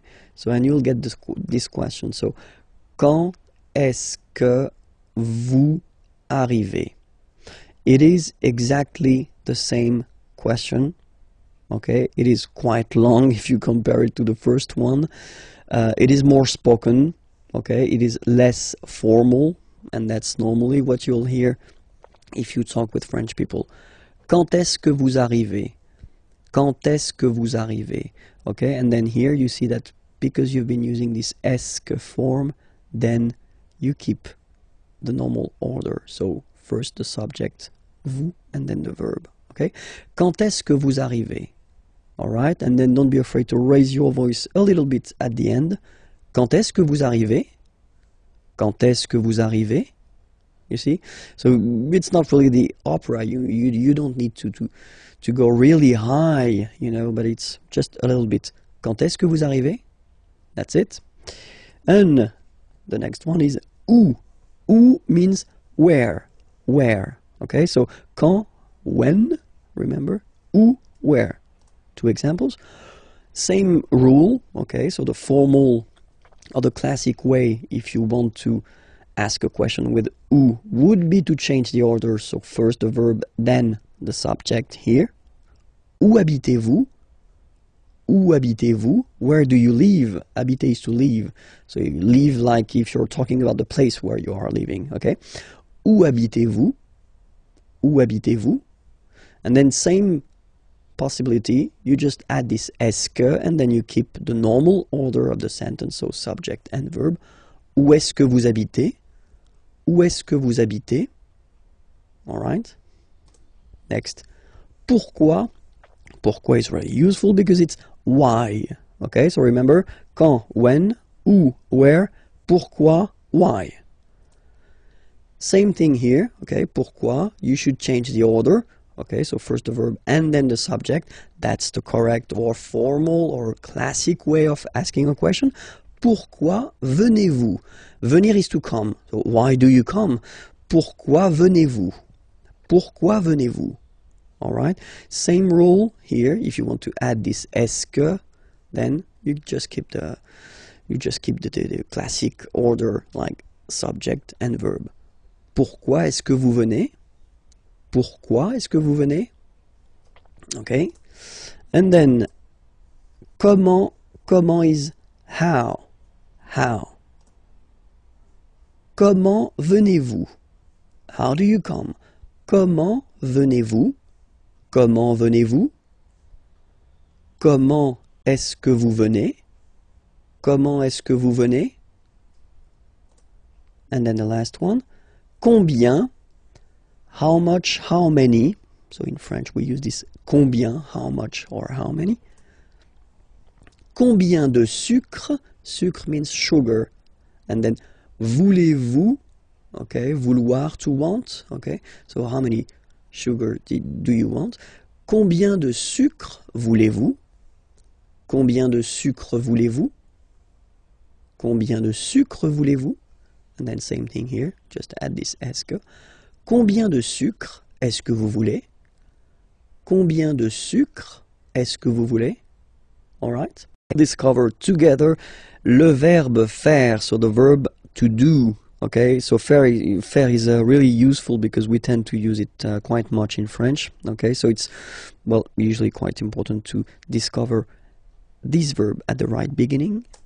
So le verbe faire. Je fais. Je fais. Remember, final S not pronounced. Je fais. Tu fais. Same rule here, final S not pronounced. Tu fais. Il, masculin, and then elle, féminin, fait. Final T not pronounced. Il, elle, fait. So if we take 1 second, actually you can see that here, here, and here, you get the same phonetical form. So the same form that you will pronounce. Okay, so you get je fais, tu fais, il fait, and then elle fait. It's the same. Okay? Then nous. So it's quite strange because French people tend to pronounce faisons. Okay? So like here, this AE is not pronounced like normally we should pronounce it like E, but then like E. Okay? Nous faisons. Nous faisons. Okay?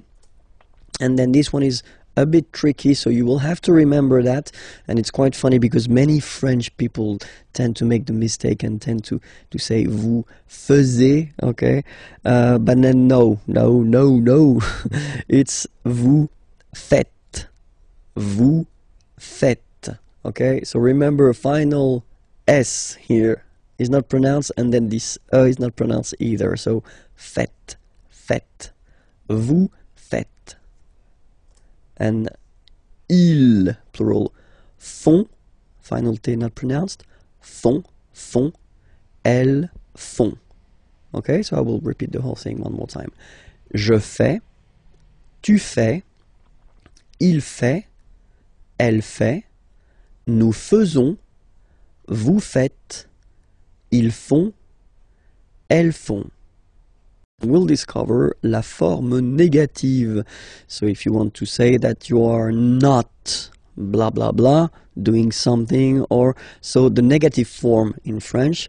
And so the negative form in French is composed of 2 elements. The first one is ne, and then you get your verb, and right after your verb you will have to put this pas.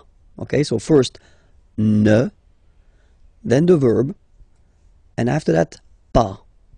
Okay, we write it PAS, okay, but as usual, final S is not pronounced, so it's pas. Okay, remember one thing, in some cases, we will have verbs starting whether with a vowel, or then with H, plus a vowel, and in French, H is not pronounced, okay, so for these verbs, will have to disappear, and it will be written like that. N. Okay, then will come the verb, and after that, doesn't change, it will be pas. Alright, so let's see a few examples now. So for ne pas, so if you get a sentence like il parle avec moi. So il parle, he is talking, avec, with, moi, me. Okay, remember this moi, we introduced that in this unit, and it was a pronom tonique. Okay, il parle avec moi.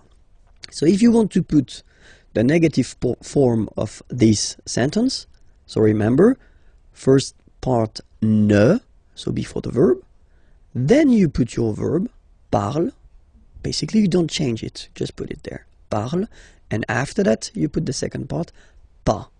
Okay, then you get the sentence, il ne parle pas avec moi. And that's it. You've got your negative sentence here. Okay, let's see now how it will go with N apostrophe pas. Okay, so nous allons en France. Okay, so in that case, if you look, you've got the verb aller. Aller means to go. Okay, nous allons, we are going. Okay, en France, to France. Here, first letter is A. Okay, remember the rule. If it starts with a vowel, like here it is the case, you will have to drop and take away this form. So that's the reason why we've got this N apostrophe like that. N'allons. Nous n'allons. And then you don't really need to think. You just put this pas after the verb en France. Nous n'allons pas en France. Nous n'allons pas en France. And that's it. Okay, second example here.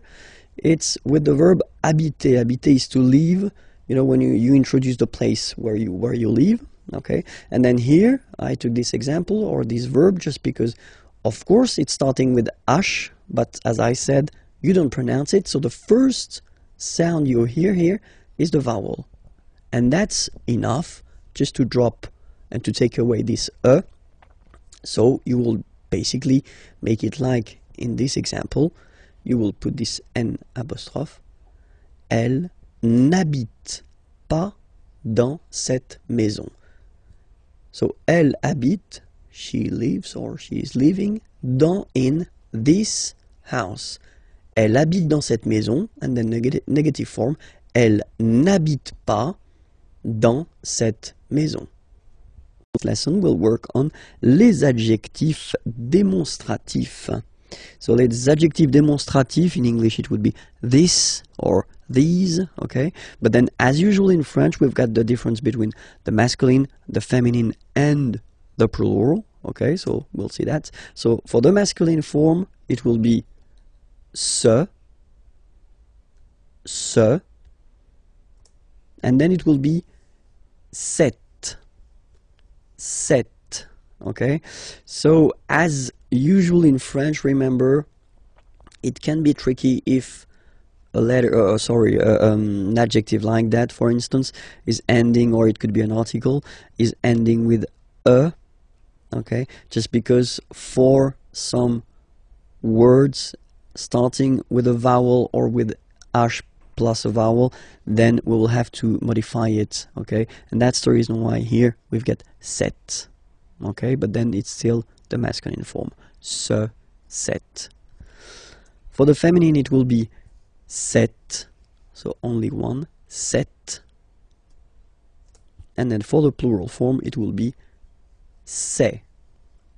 Okay, so let's see that again. Ce, or then cette, féminin cette. So you can notice that phonetically these two are pronounced the same way. Okay, cette here and then cette here. And for the plural, c'est. Really open this c'est. Okay, so let's see a few examples now. The first one, so I did take this train. Train is train, okay, so it's masculine, so it starts with T, so no problem. You will put this ce train, okay. It would be translated like this train, ce train.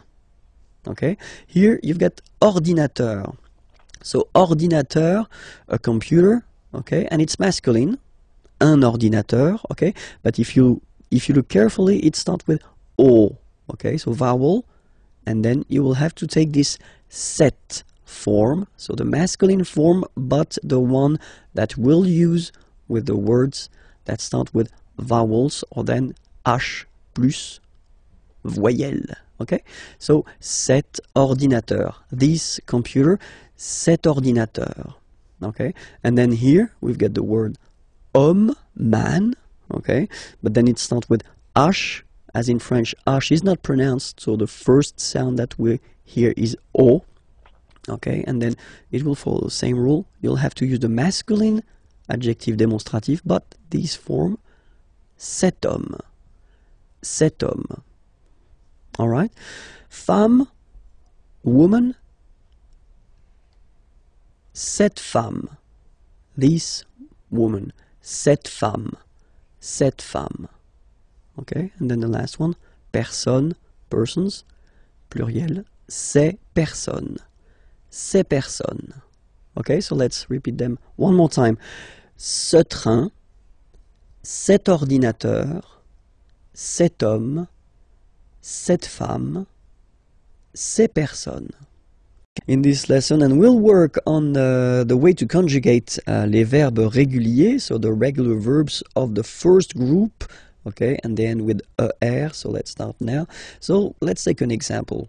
The example is parler. Parler is to speak or to talk, okay, and then if you have a look at it like that, you can basically divide this verb in two parts. The first part, parle, and then second part, er. So it does mean that this verb ending with er is belonging to the first group of verbs. In French, we've got three groups, okay? The two first are regular, and the last one, the third one, is irregular.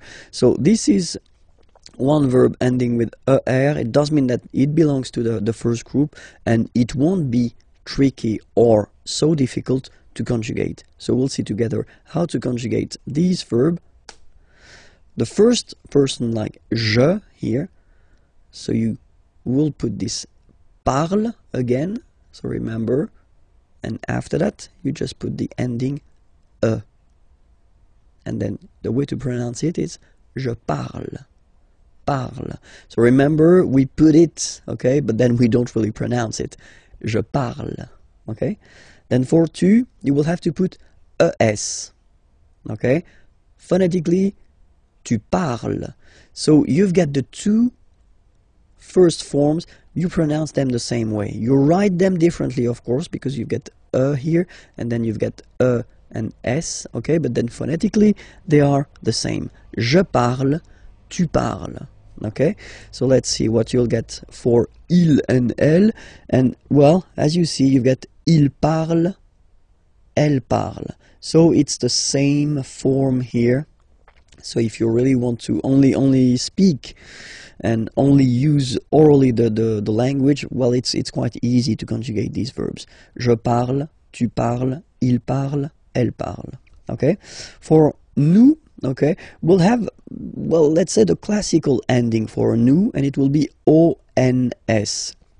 Classical because you will see that with the other groups as well, it's quite common to have this ons for nous, okay? Nous parlons, okay? Remember, final S is not pronounced, okay? And then this on together, they will give you the sound on, okay? Nous parlons, all right? Let's see now for vous, vous parlez, okay? Remember, a Z, when you combine them together, you get the sound E. Vous parlez, all right? And the last one, so even if you've got this E-N-T, well, don't hate me, but you won't pronounce these letters, okay? You have to write them for the plural form, but you don't pronounce them, so you get il parle, elle parle. So the good news is that you've got here, je parle, tu parles, il, elle parle, and then if you check it here, il, elle parle. So it's the same phonetical pronunciation, or phonetical form, sorry, okay? And then you've got nous parlons, and then vous parlez, all right? So here, remember, the endings, you will have to write them, okay? All right, so we'll take another example. Regarder is to watch, okay? So you can see that the verb is ending with er, okay? So you take it, you just take this er away, and then you keep this radical form, like we say in French, only this form, okay? So you will get je regarde, tu regardes, il regarde, elle regarde, nous regardons, vous regardez, il regarde, elle regarde. Okay, so one more time here. Regarde, regarde, regarde, and then regarde. So phonetically, only one form here. And then regardons, regardez. All right? Remember that even if this beautiful verb aller, that we tend to use quite often because it means to go, okay, even if it ends with er, it is not regular at all. In this lesson, we will count together, yeah, so from 20 to 50, de 20 à 50. I hope you're ready because it's starting right now. 20, 21, okay, so remember to make this little link, 21, 21, 22, 22, 23, 23, 24,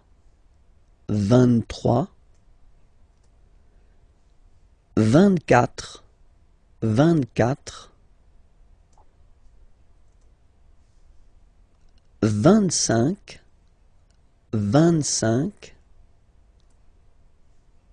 26, 26, so remember it's ending with X, but then we pronounce it S, 26,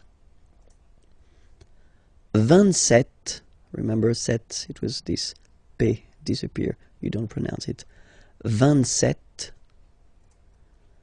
28, so here you make the liaison, 28, 28, 29, 29, 29, then here remember this en, 30,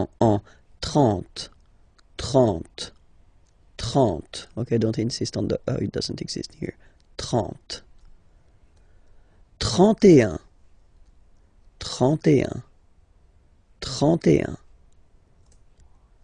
32, 32,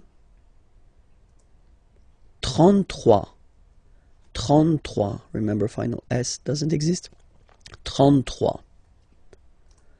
34, 34, 34. Remember in French the rule is that if you start with, well, if you get this combination Q, U, A, well, you will pronounce it K, K.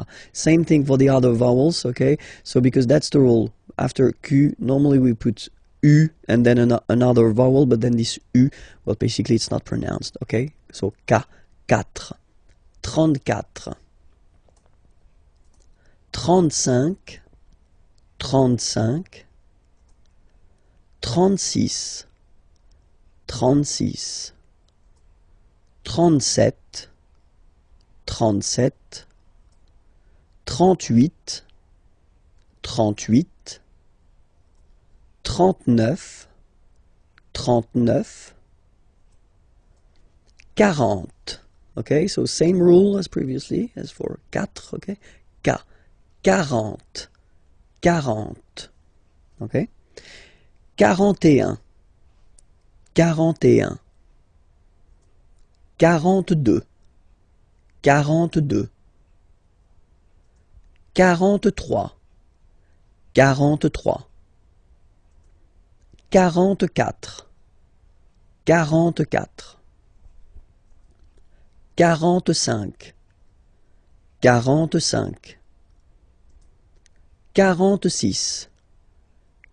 46, 46, 47, 47, 48, 48, 49, 49, 50, 50. Same thing here, okay, remember that you get this QU, but then you don't pronounce the U, and then you get the nasal, un, and then en, 50, 50, okay? We'll discover together le verbe venir. Venir means to come, okay, to come, so it's quite useful, and then you will have to use it quite often in French. So let's see how you conjugate this verb at the present form, okay, because this verb is not regular, just wanted to tell you first, okay? So the first form is je viens, je viens, okay? Remember this I, viens, viens, and then this nasal final S not pronounced. Je viens. Tu viens. So it's the same form, okay? Tu viens. Il, elle, vient. Final T not pronounced. Il vient, elle vient. So if we take 1 second just to have a look at the je, tu, il, elle forms, they are phonetically the same. Vient, vient, vient. Okay? You write the S, S, T, but then you pronounce these forms the same way. Okay? For nous, it will be different because nous is here. Nous venons. Okay? O-N-S, classical ending for nous. Okay? Final S not pronounced. So O-N, on, venons, venons. Nous venons. Nous venons. Okay? And then vous venez. Remember a Z combined like that? Et venez. Venez. Vous venez. Okay? And then the last form. So remember here, it's quite interesting because we've got this E vowel here, and then we've got a double N after. Okay? And the rule in French is that when you get this E and a double vowel after, you will have to pronounce this E like E. Alright? So, vienne, vienne, vienne, vienne. Okay? Ils viennent, elles viennent. Ils viennent, elles viennent. Alright? E-N-T, you don't pronounce them. Ils viennent, elles viennent. Alright? So, je viens, tu viens, il vient, elle vient, nous venons, vous venez, ils viennent, elles viennent. Alright? This lesson will work on vocabulary and then the vocabulary connected to la famille, so the family, la famille. And then we'll start with the grandparents. Les grands-parents. Les grands-parents. Remember, you don't pronounce this final S here. Grands-parents, okay? So, le grand-père, grandfather. Le grand-père. Remember, accent grave like that. It's this open père. Le grand-père. Le grand-père. And then the feminine form, grandmother, la grand-mère. La grand-mère. Okay, so les grands-parents, le grand-père, la grand-mère. Okay, so let's see now the parents. Les parents, le père, the father, le père,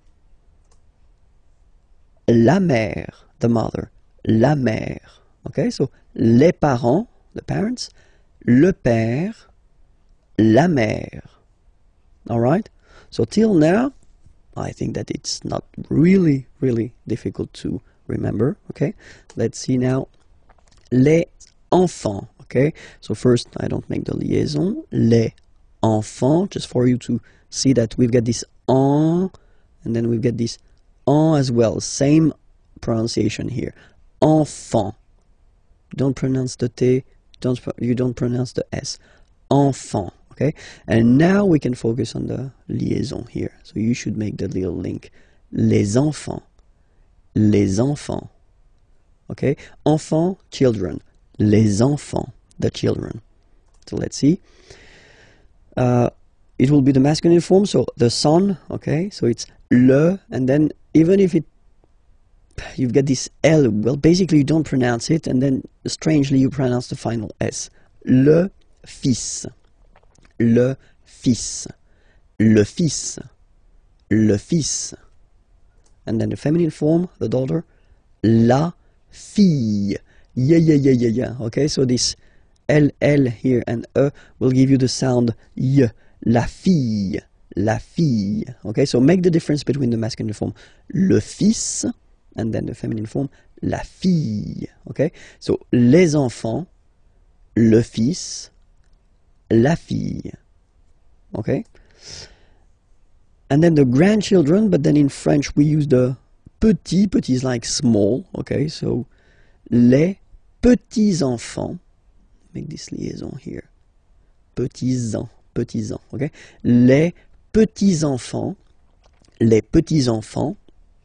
So grandson would be in French petit-fils, okay? So le petit-fils, and then the feminine form, la petite. So I insist because here it's t, okay? So really you need to make the difference between the masculine form petit and then the feminine form petite. Okay, so la petite fille. So let's repeat them. Les petits enfants, le petit-fils, la petite fille. Okay? And then, when you're talking about your in-law family, well, in French we use this beau and belle, so it's beautiful, okay? So the beautiful family, you're talking about your in-laws, okay? So la belle famille. Remember, I, la belle famille, okay? So père, okay, father, so father-in-law, okay, in French it's le beau-père, the beautiful father. Le beau-père. So remember this a, u combination of vowels only give you the sound o, beau, okay? Le beau-père. Mother-in-law, la belle-mère, okay, so let's see them one more time. La belle famille, le beau-père, la belle-mère. All right? And then brother-in-law, le beau-frère. So frère is brother, okay? And then feminine form, here you get sœur, okay? So sister-in-law, la belle, so we put the belle form here because it's the feminine form, sœur, la belle-sœur. And in this lesson we'll discover the questions in which you will find qui, que, or then quoi, okay? So let's discover now qui, okay? Qui means who, okay? So if you want to ask a question regarding someone, like in these two examples, so the first one, who is he? Qui est-il? Okay, so remember the normal way when we start a question with qui, or then as we saw in the previous lessons, okay, you will have to change the order and to put your subject, il, he, here, after the verb. Qui est-il? And then you make the liaison. Qui est-il? Who is he? Qui est-il? Or then, let's see a little example here. Qui vient? Vient is venir. Vient is venir, yeah, is to come, sorry. So, qui vient, who is coming, avec toi, with you, ce soir, this evening. Qui vient avec toi ce soir? So, he's coming with you this evening. Qui vient avec toi ce soir? Okay? If you pronounce them normally, remember that you will have to raise your voice a little bit at the end of the question. So let's pronounce them the normal way. Qui est-il? Qui vient avec toi ce soir? Qui vient avec toi ce soir? Okay? Second one is que. So qui, who, que, what. What, okay? And then we'll see two examples here. Que fais-tu? Okay? Fais is coming from faire. Faire means to do, okay? Que fais-tu? So what are you doing? What do you do? Okay? Que fais-tu? Same thing here, remember, que. So you start a question with que, then you get to change the order. You get to put the subject after the verb, okay? Que fais-tu? And it's a question. Que fais-tu? Que fais-tu? okay? And here, que veux-tu? So veux is coming from vouloir, vouloir to want. Que veux-tu? What do you want?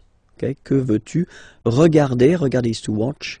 À la télévision, well, at the television. Que veux-tu regarder à la télévision? So let's read it normally now. Que veux-tu regarder à la télévision? Que veux-tu regarder à la télévision? Okay, so you can hear that I've been raising a little bit my voice at the end. And then the other option is quoi. So quoi means what as well. So you will tell me, oh, you get two what here, you get que and quoi. Yeah, for a good reason. Look at that. Well, tu fais quoi? So I've been just taking the same question as we had here. This que fais-tu? What do you do? What are you doing? Okay, but then if you're using this quoi, then it does mean that you don't start the question with it. You just put it here, for example, at the end. Okay? Tu fais quoi? It is exactly the same meaning as this question, okay? But then you can see that you just keep the normal order of the sentence, subject, verb, okay? In that case, you definitely need to raise your voice at the end, okay? Tu fais quoi? Tu fais quoi? And then I took the same example as we had here, okay? Tu veux regarder quoi à la télévision, okay? So let's raise the voice at the end to make it clear that it's a question. Tu veux regarder quoi à la télévision? Tu veux regarder quoi à la télévision? Okay, so let's repeat. Qui, who, qui est-il? Qui vient avec toi ce soir? Que, what? But you start the question with it. Que fais-tu? Que veux-tu regarder à la télévision? And then quoi? You don't start the question and it means what? Tu fais quoi? Tu veux regarder quoi à la télévision? In this lesson, we'll just focus on the short thing but quite useful, les présentations. Okay, so the first thing, when you meet someone and you want to know the name of this person, well, that's the common question or the normal question that you will have to use. Comment, so how, vous appelez-vous? Okay, we've been seeing in Unit 1, if my memory is correct, the verb s'appeler, so to call oneself. Okay, when you introduce yourself, you use this s'appeler verb. Okay, so that's the reason why it will look this way. Comment vous appelez-vous? Okay, so comment vous appelez-vous? So what's your name? How are you calling yourself? If you want a direct translation, but it sounds a bit strange in English, but then that's the question. Comment vous appelez-vous? All right. The other possibility that we've got is to keep the normal order. So vous vous appelez, and then we put this comment thing at the end of the question. Okay. So in that case, remember to raise your voice at the end. Vous vous appelez comment? Vous vous appelez comment? Okay. So it is exactly the same question, okay? It is a bit less formal, this second option, okay? Because the first one is the classic option that we've got. We start with how, and then we change the order. We put the subject after the verb, okay? But then it is, completely correct to ask a question like that. Vous vous appelez comment, okay? And then the other possibility would be, quel est votre nom? What is your, votre nom, name?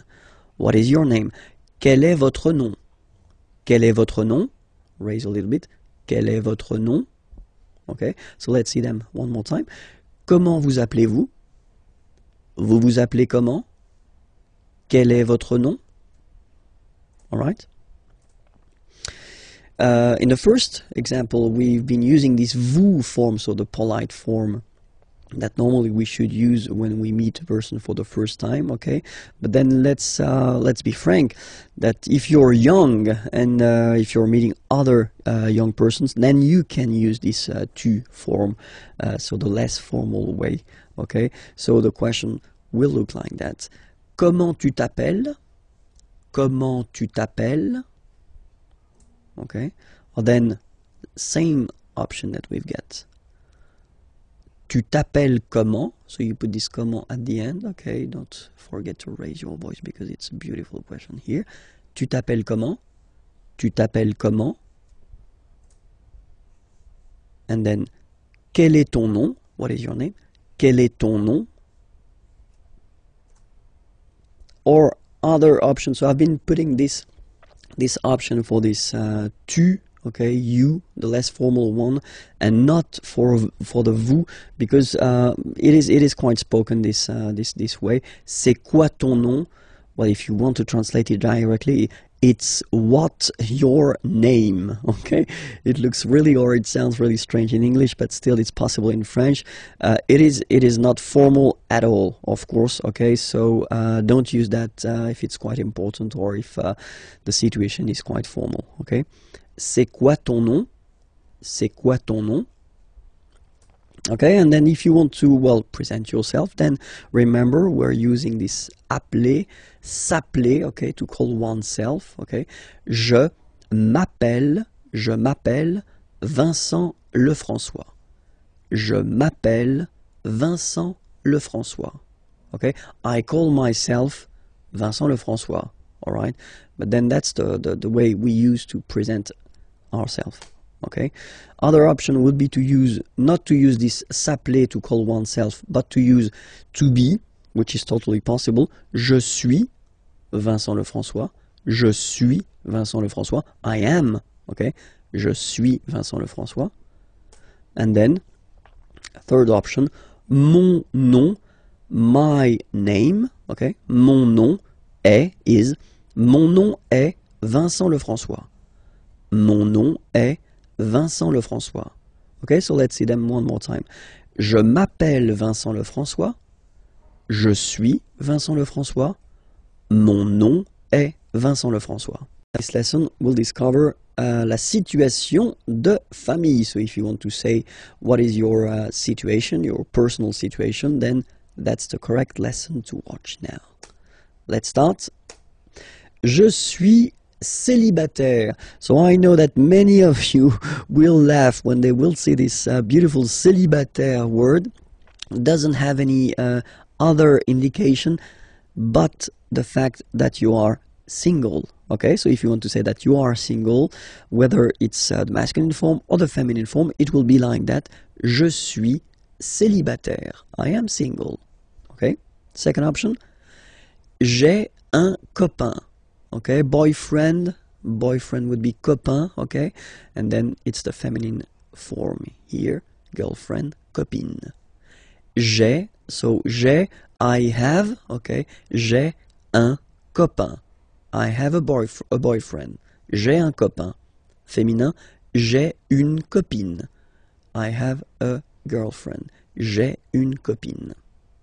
Okay, so if you're in couple, en couple, je suis, I am, je suis en couple. Je suis en couple.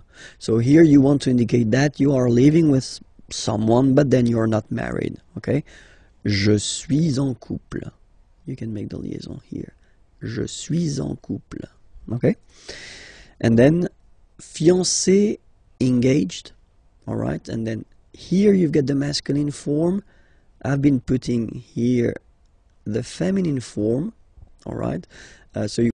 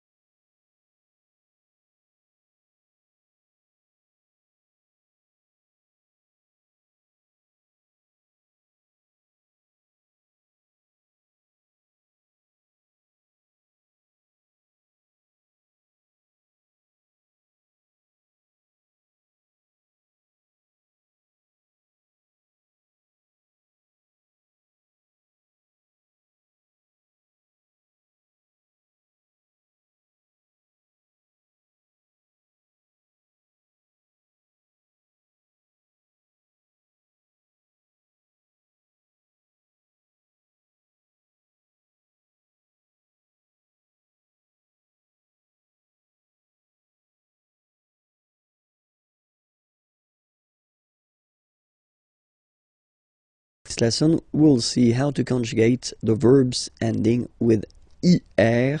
So not all the er verbs are belonging to the second group, but some of them, and then we'll see how to conjugate them at the present form. Okay, so we'll take an example. The example is finir. So finir means to finish. Okay, and then you can see that it's ending with er. All right, so we'll do it like that. We'll divide it in two, so F-E-N, and then we take away this er ending. All right, and we'll just keep this form here, F-E-N, to construct the present.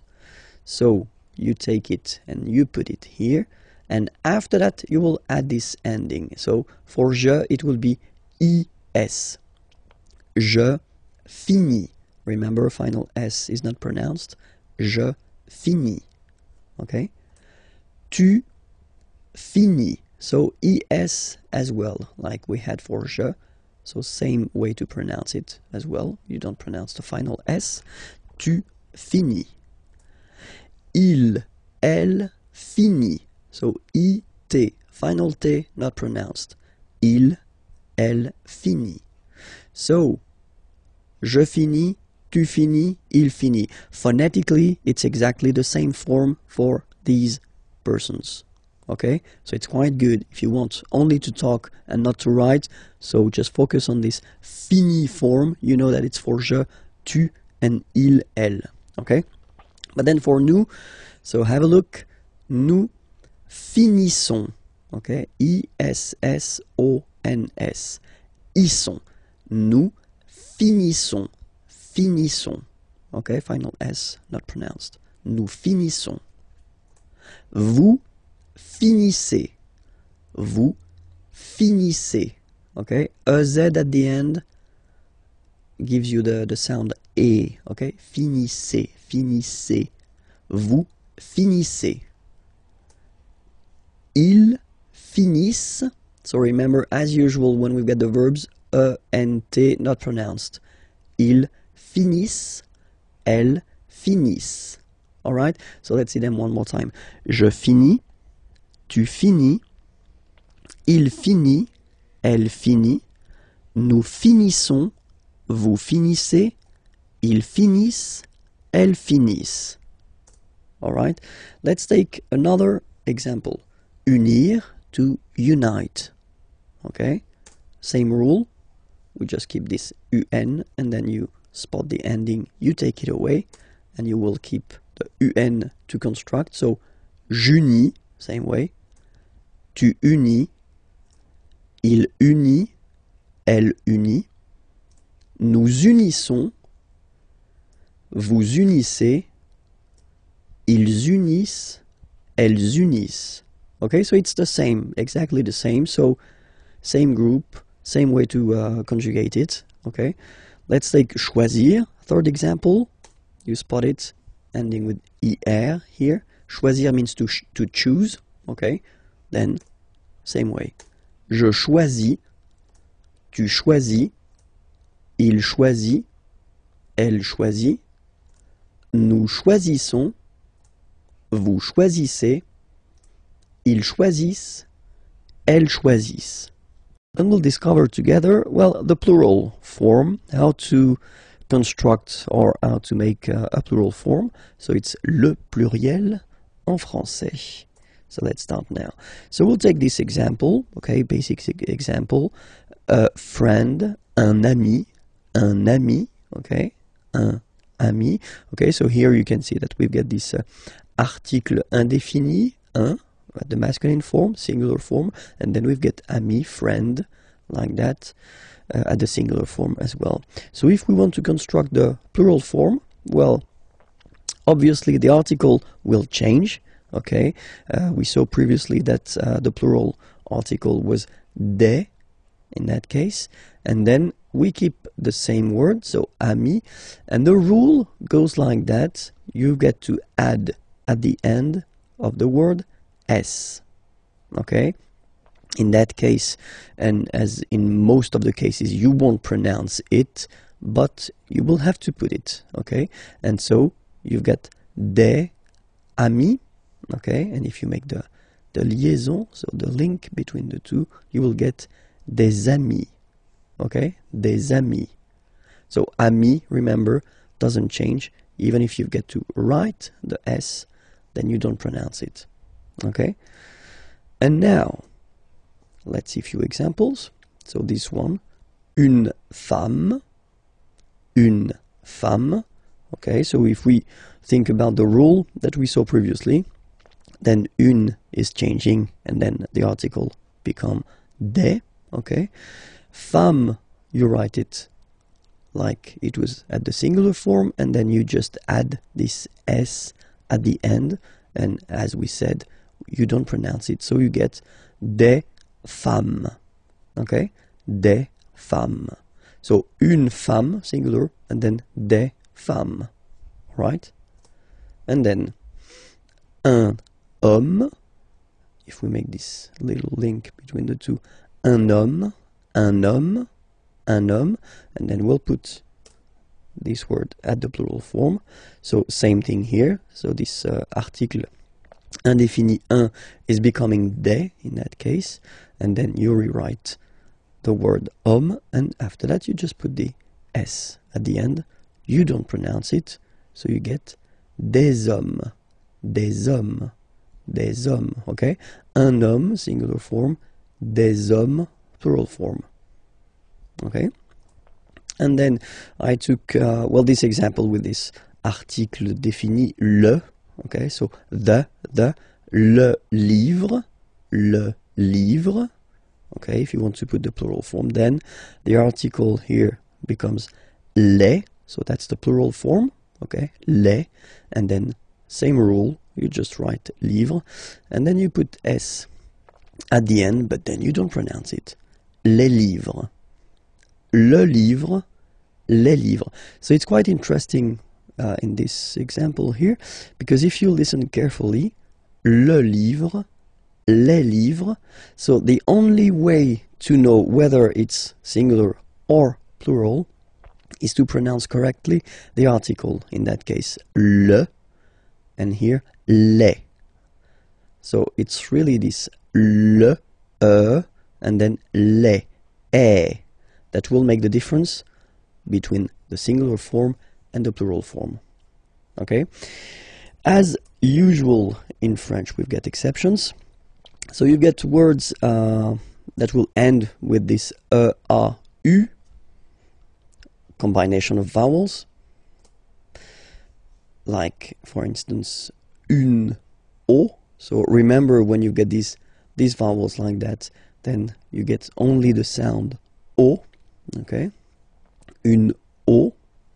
So in that case, well, you won't add the S as like we saw previously, but then it will be, the rule is that you get to put X here at the end, but then same rule, you don't pronounce it. Des os. Okay, une eau, des os. All right. Second group, words ending with a, u. Here is an example. Un tuyau. Okay. Same rule here. You won't add S at the end, but instead of S, you will put X. Okay. Des tuyaux. Same rule. You don't pronounce it. Des tuyaux. Okay. Un tuyau, des tuyaux. So the only difference will be with the article, because the word will be pronounced the same way. And then the last group is the words ending with e, u, e. So let's take one example. Un feu, and basically the same rule. You don't put S, but you will put X instead, and then you don't pronounce it. Des feux. Un feu, des feux. Okay, there is another group of words. So because normally the words ending with the OU, like that here, OU, and then the sound is OU, okay? Normally these words just behave like the others, so you just need to put S at the end. But of course, as usual in French, we've got few exceptions. So I've been listing all the exceptions of the ou ending, words that will, well, like we saw previously, not take s but then take x at the end, okay? But still, as usual, it's not pronounced, so it doesn't really affect the pronunciation, but it's just for you if you want to write them correctly at the plural form. Remember, it's not s but it's x, okay? So the first one, un bijou, okay? So I did put the translation here. Pluriel, des bijoux, okay? Then, un caillou,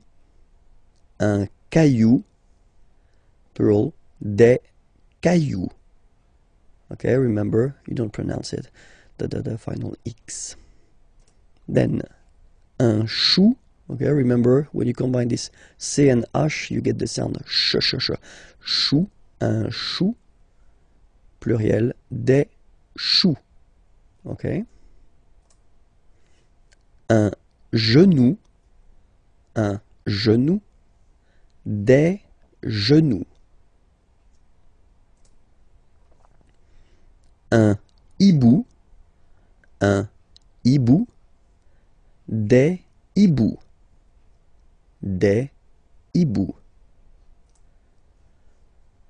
un joujou, des joujoux,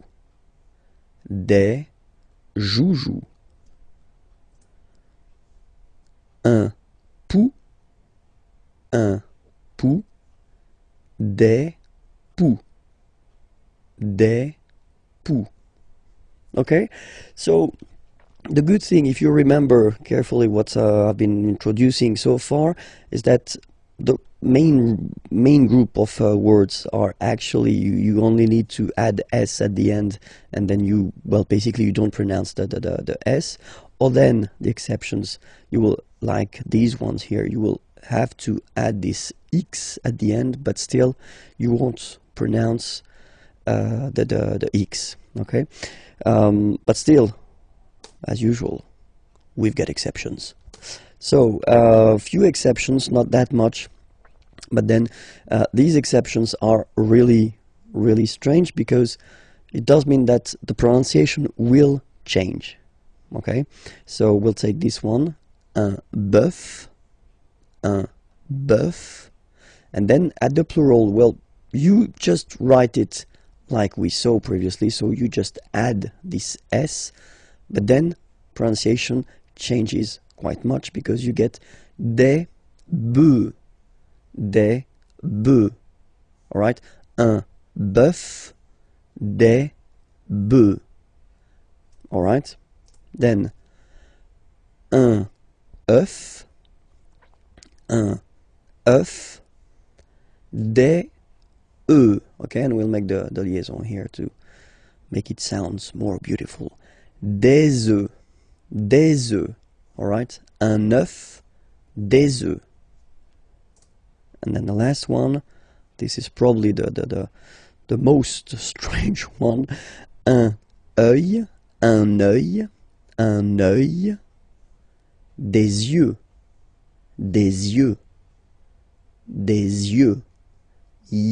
yeux, okay? Don't pronounce the final x as usual. Des yeux, all right? Let's cover together le verbe pouvoir. Pouvoir means to can, okay, so it's quite useful. And then we'll discover it because, well, it's not a regular verb, so it's always quite interesting to take a few minutes to really work on it and try to remember the way it is conjugated at the present form, okay? So the first form that we'll have is je, as usual, so je peux, okay? Final x not pronounced here, okay? So you get x, but you don't pronounce it, so basically you get the sound peut, je peux, okay? So I can, je peux, okay? Then tu peux, same pronunciation and same spelling or writing, okay? P-E-U-X, okay? You don't pronounce the final x. Tu peux, okay? Je peux, tu peut. Then, il, elle, peut. So you will put T at the end, you don't pronounce it. Il peut, elle peut. Okay? So if you look carefully, you've got peut here, you've got peut here, and you've got peut here. Okay? So for the three first, or four, because there is the feminine form as well, for the four first persons here, well, it's the same phonetical form. It's peut. Okay?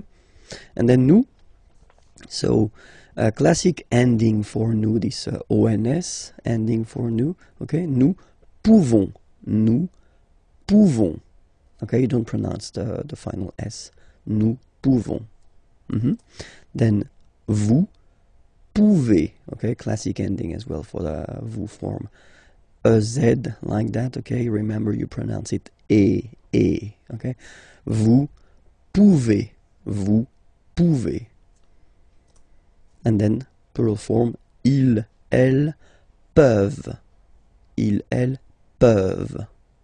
Okay, so be careful because as you can see, you've got this EU here, EU here, EU here, and then it's coming back here as well. Okay, so the only OU that does connect to the infinitive here. Pouvoir, it's only for nous and vous. Okay, so let's read them one more time. Je peux. Tu peux, il peut, elle peut, nous pouvons, vous pouvez, ils peuvent, elles peuvent. Okay? As usual, this ending, this ENT ending, you write it, you don't pronounce it. Okay? Peuvent, peuvent, peuvent. Okay? So it's really useful. You should really, definitely know it by heart. Okay? So try your best.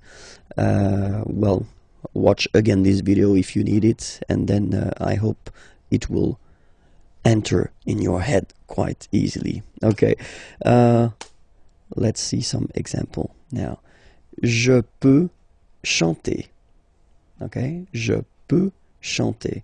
So you can see that in that case, when you construct a verb, you construct a sentence with the verb pouvoir, here you've got a second verb, chanter, and it means to sing. Okay, so I can sing. Well, you should all the time put the second verb at the infinitive form. Okay, so when we talk about the infinitive form, normally it's the basic form of the verb. Okay, je peux chanter. Another example, tu peux partir. Partir is to leave. You can leave. Tu peux partir. All right, same thing here. Okay, second verb, well, basically coming right after, of course, and then at the infinitive form. All right, elle peut dessiner. Dessiner is to draw. Elle peut dessiner. She can draw. Okay, elle peut dessiner. And in this lesson, we will try to focus on le verbe devoir. Devoir means to must. Okay, so it's quite useful. And especially, it's not a regular verb, so it's always good to spend a few minutes on the conjugation at the present of this verb. Okay, so let's start now. Let's see. So, le verbe devoir, to must, at the present form. Je dois. Okay, remember, final S is not pronounced. Je dois.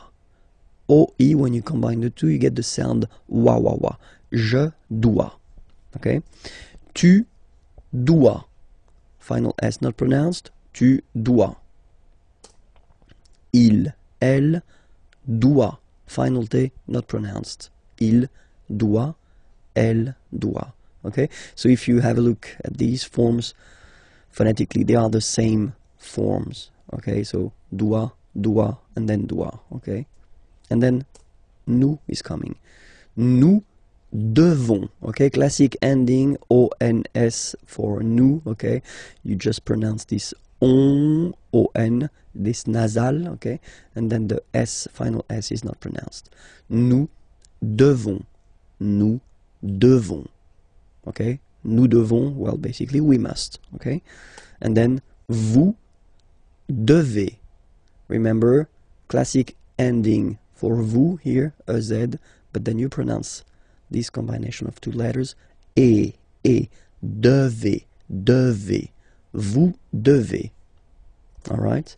And then the last one, ils doivent. So same thing, classic ending for the plural form, E-N-T here. Okay, but then you don't pronounce it. Doivent, elles doivent, ils doivent, elles doivent.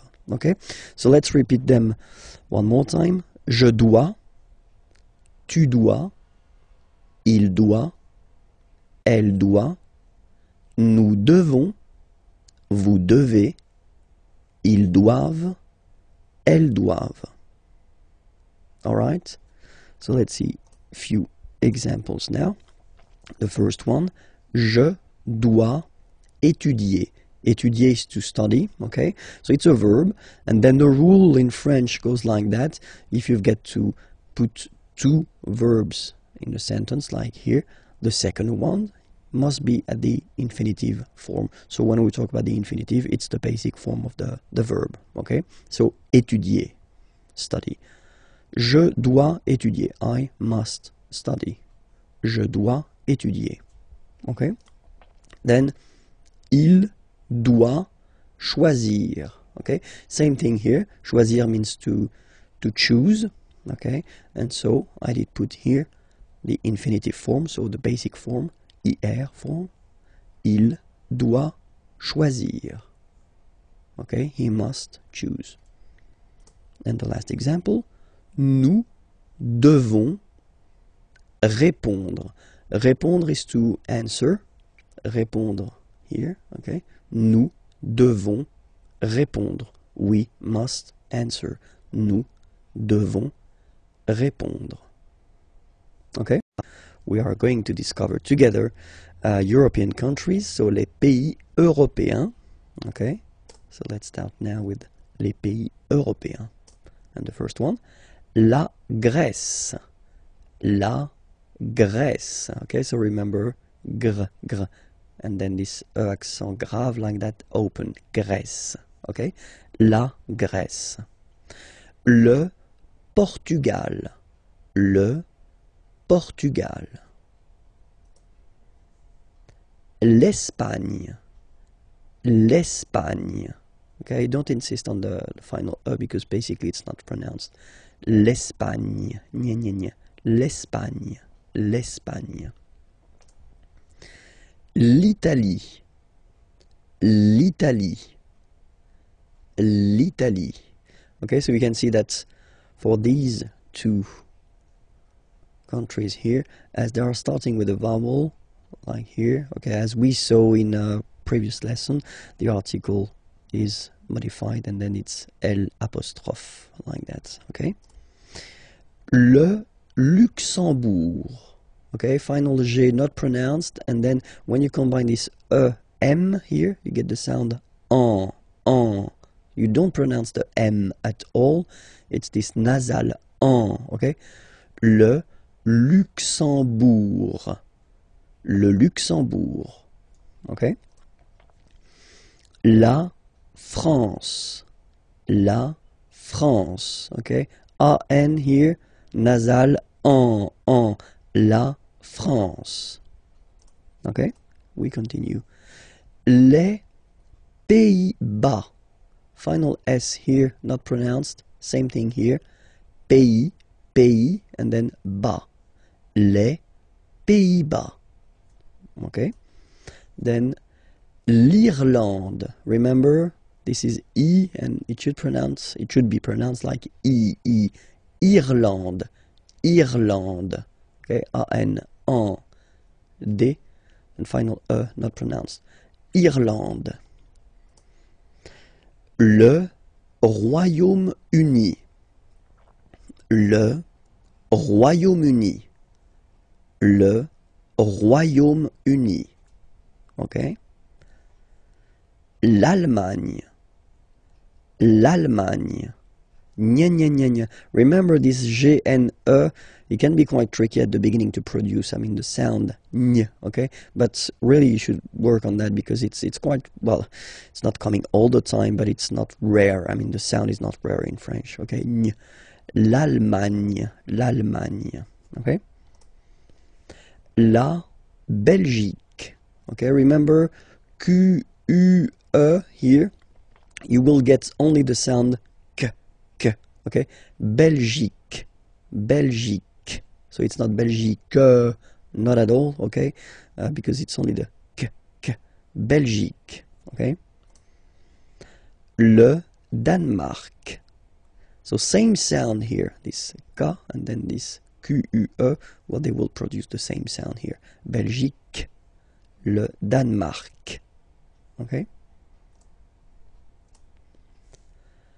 L'Autriche, okay, remember sh here. L'Autriche, l'Autriche, okay? La Suède, la Suède, Suède. Remember, accent grave, it's really open. Suède, Suède, la Suède. La Finlande. I-N here, nasal, un. A-N, nasal, en. And then D, final E, not pronounced. La Finlande. Okay? L'Estonie, final E, not pronounced. L'Estonie. L'Estonie. La Lettonie. So remember when you've got this E and then a double letter like that, T, okay, then you will have to open your E and it will become E, le, Lettonie. La Lettonie. La Lituanie. Remember in French, sorry, H doesn't exist, okay, so you don't pronounce it, and it's li, tu, a, ni, Lituanie. La Lituanie. Okay, continues. La Pologne. Ñ, again. La Pologne. La République tchèque. So remember, Q-U-E, K, Tchèque. La, and then here as well, République. La République tchèque. Okay, la République tchèque. Chypre. Chypre. So remember, we've got this Y letter here, but then phonetically when you pronounce it, it's like I, okay? Chypre. Okay? Malte. Same thing here, you don't insist on the final E. Malte. Malte. La Slovénie. Remember, you get this E accent aigu here, it's E. Slovénie. Final E, as usual, not pronounced. La Slovénie. Okay? La Hongrie. So remember, H doesn't exist, so you don't pronounce it. So it starts with O-N, on, and then gris. Final E, not pronounced. La Hongrie. La Hongrie. Okay? Les nationalités. So basically I've been making this nationalities lesson based on the previous lesson. So leçon D. Okay, so I definitely invite you to check the leçon D if you want that everything is clear for you. Okay, but then les nationalités, and it's starting right now. La Grèce. Grec, so I will put each time the masculine form for the nationality, Grec, and the feminine form here for the nationality, okay? So you get the country, la Grèce, and then you get Grec, masculine form, Grec, feminine form. You write them differently, but then, if you listen carefully, Grec, you pronounce them the same way. Okay? Le Portugal, portugais, portugaise. Okay, so listen carefully. Portugais, portugaise. The only difference between the two, as usually when we'll have some, nationalities ending with AES, like that, and then the feminine form, es, okay, it will be only in this z sound, the difference between the masculine form and the feminine form, okay? Masculine, portugais, you don't pronounce the S. Feminine form, portugaise, you pronounce this z sound, okay? And then l'Espagne, espagnol, remember, espagnol, espagnol. So you get this final for the feminine form, but then phonetically it's the same. L'Italie, italien, italienne. Remember, when you get this followed by a double consonant like here, then you will have to open it. Italienne, italienne. Okay? Le Luxembourg, luxembourgeois, luxembourgeois, and then feminine form, luxembourgeoise. Okay? Same thing here, only difference, joie, joie, joise, z. Okay, you insist on it. Luxembourgeois, masculine form, and then luxembourgeoise, feminine form. Then, la France, français, française. Okay?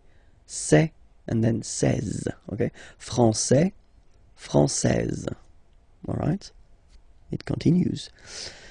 Les Pays-Bas, néerlandais, néerlandaise. Néerlandais, néerlandaise. Okay? L'Irlande, irlandais, irlandaise. Le Royaume-Uni, britannique. Okay, only one form, whether it's masculine or feminine, britannique.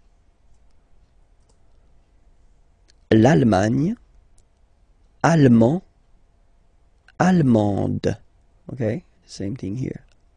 Okay, you don't pronounce the final D, but then you pronounce it here for the feminine form. Allemande, okay? Allemand, allemande. La Belgique, belge. So only one form here for the masculine and the feminine form.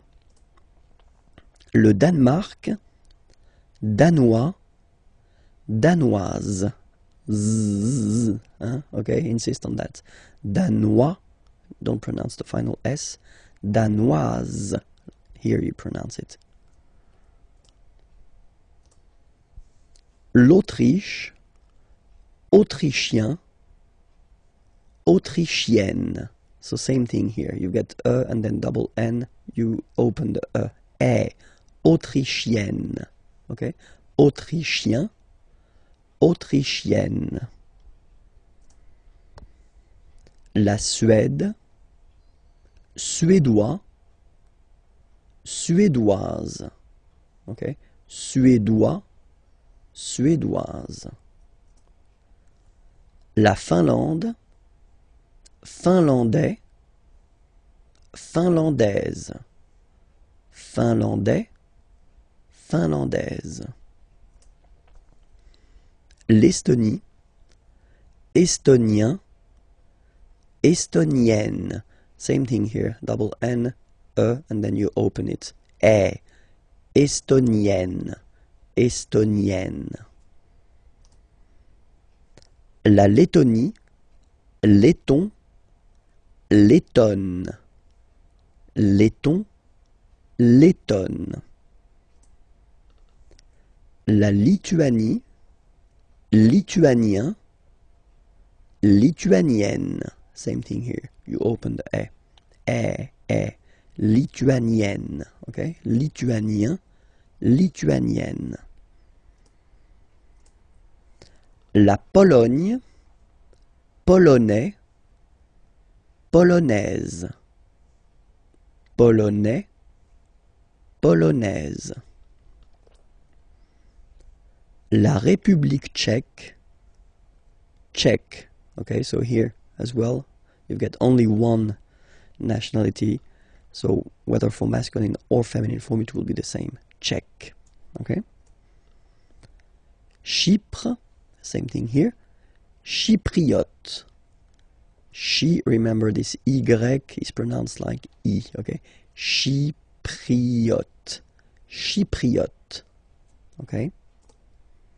Malte, Maltais, Maltaise. So remember, as I said previously, the only difference is Maltais, Maltaise. La Slovénie, so only one form here, Slovène, Slovène. Remember, E accent grave, you open it, Slovène. La Hongrie, Hongrois, Hongroise. Okay, Hongrois, Grois, Hongroise. Okay, so here final S not pronounced for the masculine form, and then you pronounce it here for the feminine form. Hongrois, Hongroise.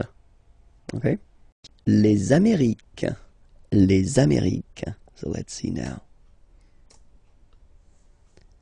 Les États-Unis. Okay, so if we make every links, we'll have it here and then here. Okay, les États-Unis. Les États-Unis. Le Canada. Le Canada. Le Mexique. Le Mexique. Mexique. It's really the X. Huh? Le Mexique. And then remember this Q-U-E, it's only K. Mexique. Okay. Le Brésil. Le Brésil. Okay, you will pronounce the final L here, and then remember accent aigu goes like E. Brésil. Le Brésil. L'Argentine. Okay, so you've got this nasal here, en, l'argent, and then tin. Don't pronounce the final E, it just gives you the pronunciation of the N, in. L'Argentine. L'Argentine. Le Chili. Le Chili. Okay, remember, C-H, sh. Okay, Chili. Le Chili. La Bolivie. Okay, final E not pronounced. La Bolivie. La Bolivie. Alright, so I assume everything is clear. We can repeat them one more time. Les États-Unis, le Canada, le Mexique, le Brésil, l'Argentine, le Chili, la Bolivie. Okay, and then we'll see now the nationality. So you will see here each time first the masculine form and then the feminine form. Okay, so les États-Unis, américain. So when you talk about the nationality, américain, masculine form, un, américain, and then feminine form, américaine, américaine. Okay, it's really open this A-I, américaine. Okay. Le Canada, canadien, yin, here, canadien, canadienne, yen. Remember, here you've got double N, so you've got to open the so it will become A, canadienne. Okay. Le Mexique, mexicain, un here, like we had in américain, A-I-N, mexicain, and then mexicaine, mexicaine. Le Brésil. Brésilien, yen, brésilien, like we had for Canadien, brésilien, feminine form. Brésilienne, yen, brésilienne. Okay? And then l'Argentine. Argentin, in, gives you this sound. Argentin, okay? And then Argentine. Argentine. Okay, if you look carefully, well, basically the feminine form is the same as the name of the country, okay? Le Chili, chilien, chilien, yen, chilien, chilienne, chilienne, okay? And then la Bolivie, bolivien, yen, same, bolivien, and then feminine form, bolivienne, bolivienne. Okay, this lesson we'll discover together le verbe attendre. So attendre means to wait. Okay, so it belongs to the third group of verbs, so not the regular one, the irregular. So that's the reason why it's quite important to take a few minutes to discover together the way to conjugate this verb at the present form. Okay, so let's see now how it will go. So the first form will be j'attends, j'attends. Okay, you get D and S, well, basically you don't pronounce them, okay, and then you get only the sound attends, nasal here, en, j'attends, okay. Second form, tu attends, okay, you can see that, well, it is exactly the same one, so same way to pronounce it, attends, okay.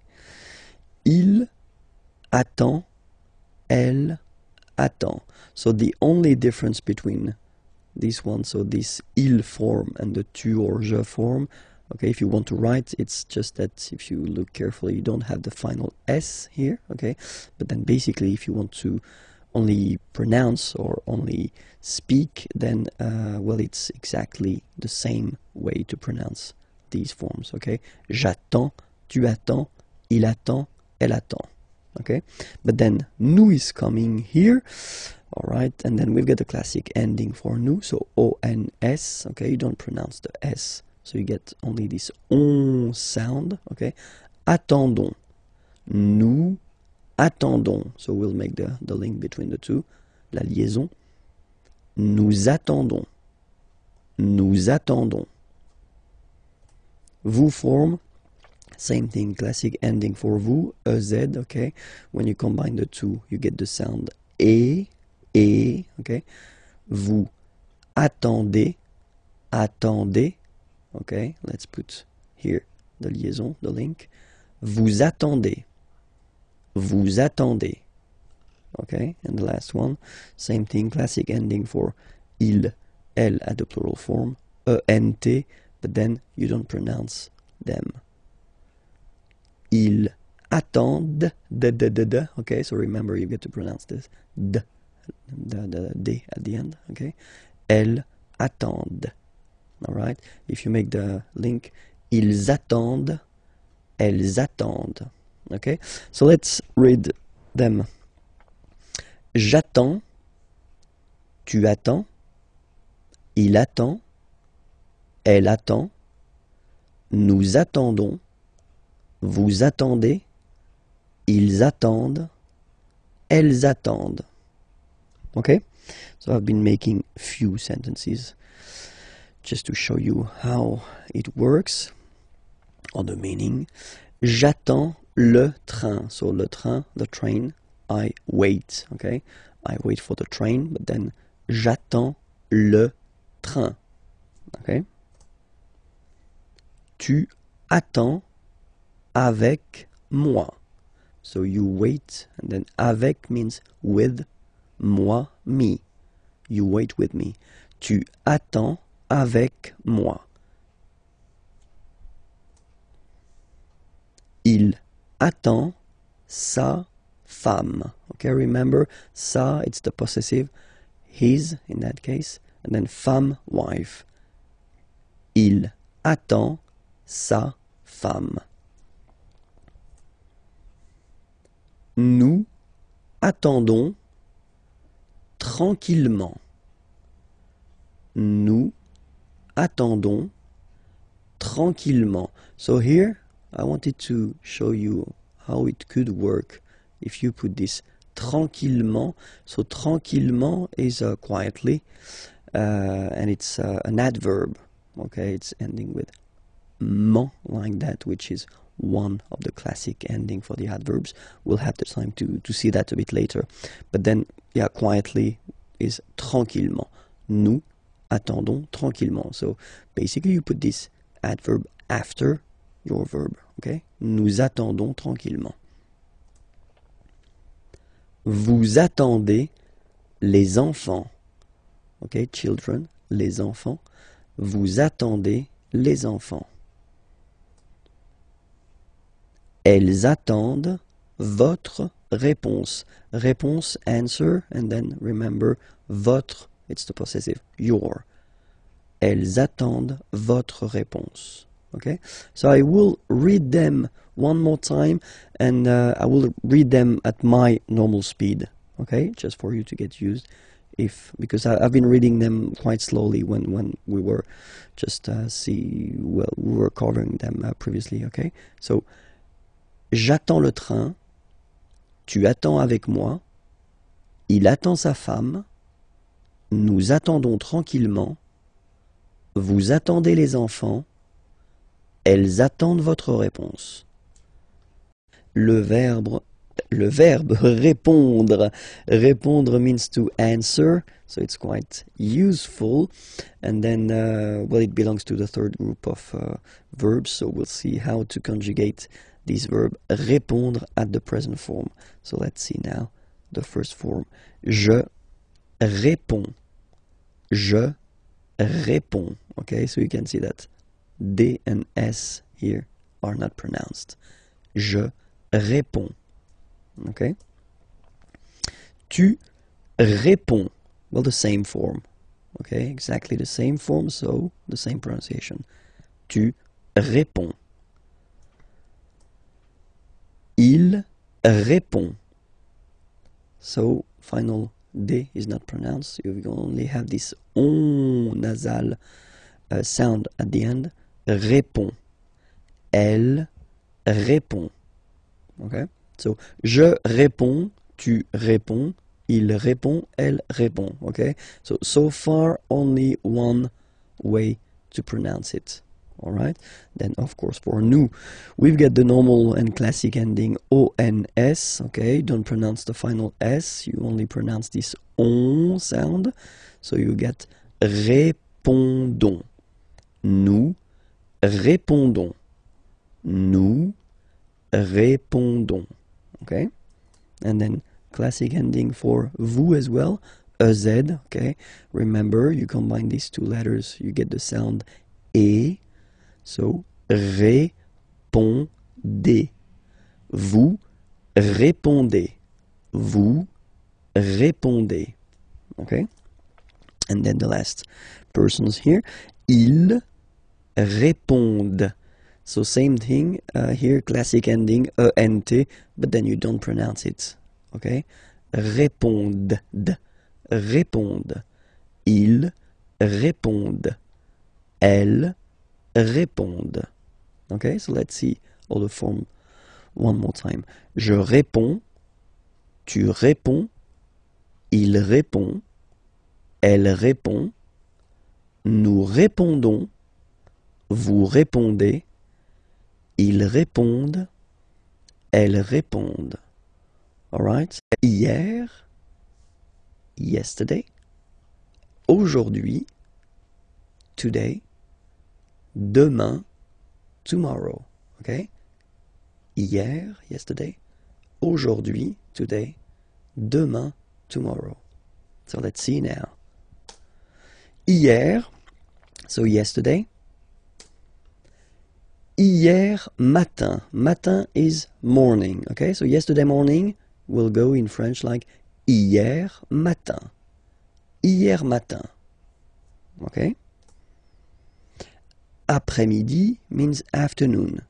Hier après-midi. Yesterday afternoon. hier après-midi. Hier après-midi. All right? And then soir, evening. Hier soir. Hier soir. Okay, so let's repeat that. Hier. Hier matin. Hier après-midi. Hier soir. Okay? So now, aujourd'hui. Today. Aujourd'hui. Ce matin. So we put here this this matin, morning, this morning, ce matin. Cet après-midi, this afternoon, cet après-midi, cet après-midi.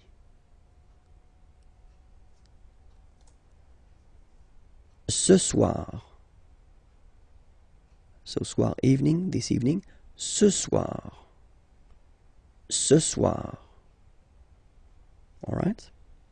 And then, demain, so tomorrow. Demain matin, tomorrow morning. Demain matin. Demain après-midi, tomorrow afternoon. Demain après-midi. Demain soir. Demain soir. Tomorrow evening. Demain soir. So one more time. Hier. Hier matin. Hier après-midi. Hier soir. Aujourd'hui. Ce matin. Cet après-midi. Ce soir. Demain. Demain matin. Demain après-midi. Demain soir. 50, de 50 à 75 till 75, de 50 à 75. So let's see how they go. 50, 50, 51, 51, 52, 52, 53, 53, 54, 54,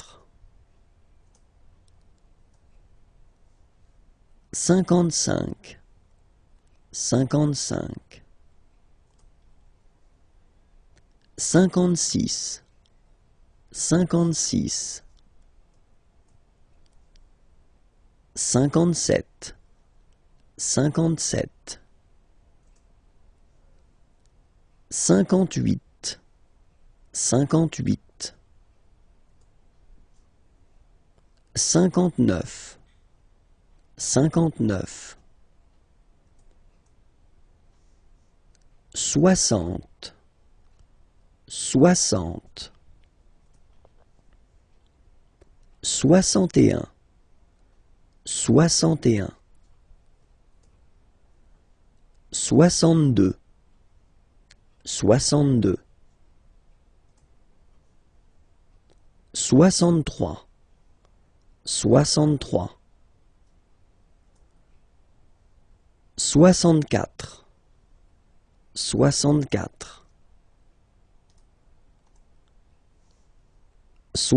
63, 63, 64, 64,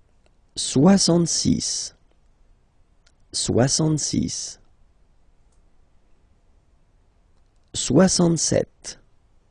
66, 67, 67, 68, 68, 69, 69.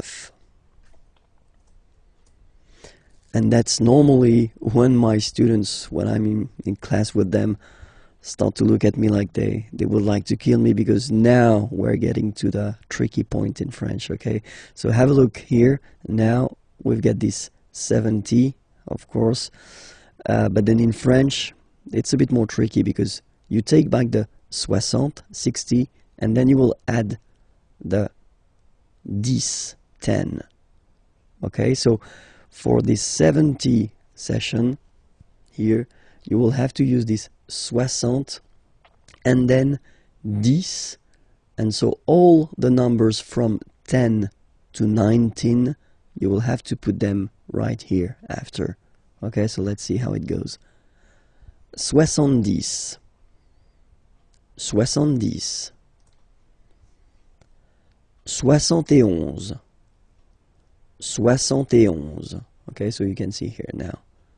60, 60, and then 11, 11. 71. 72, 72. Same thing here. 60 and then 12. Okay. 73, 73. 74, 74. 75, 75.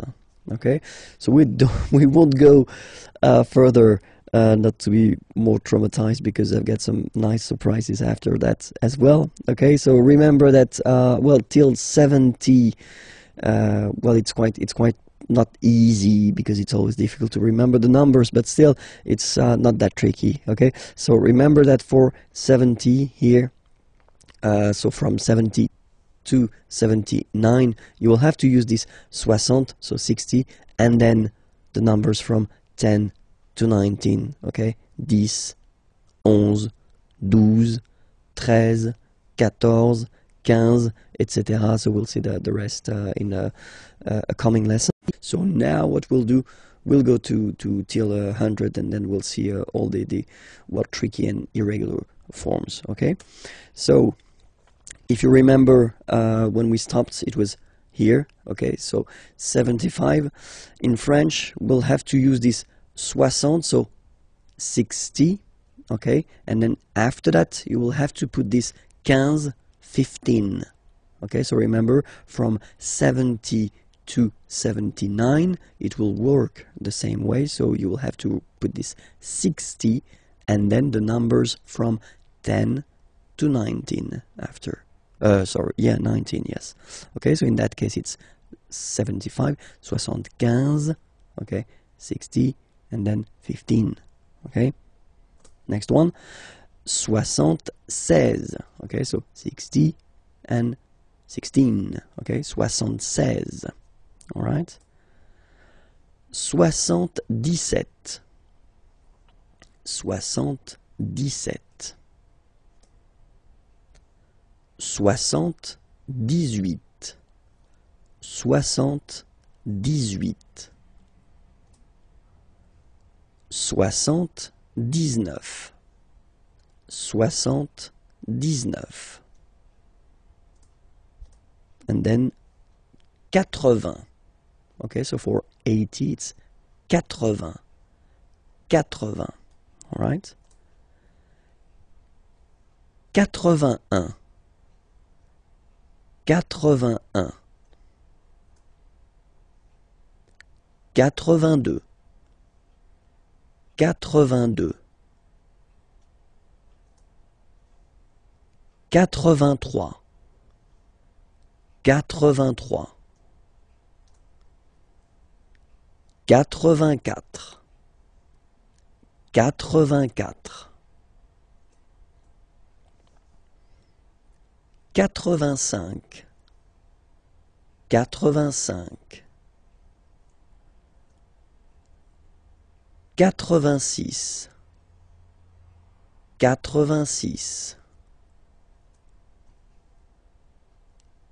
85, 86,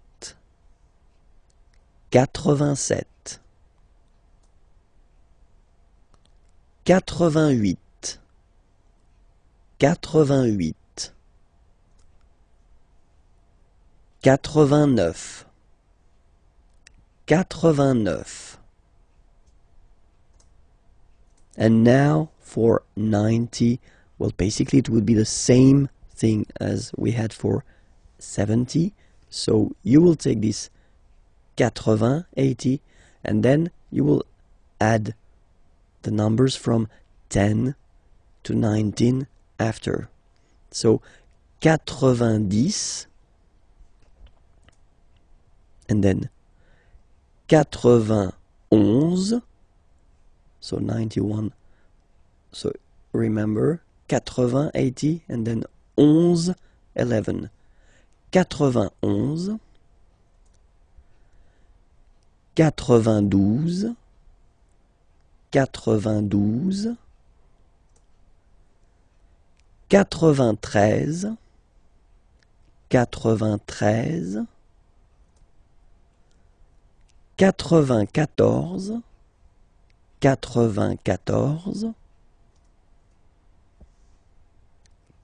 93, 93, 94, 94, 95,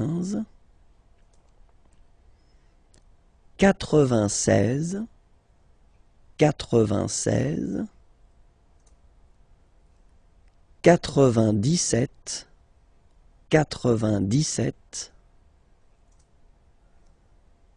98, 98, 99,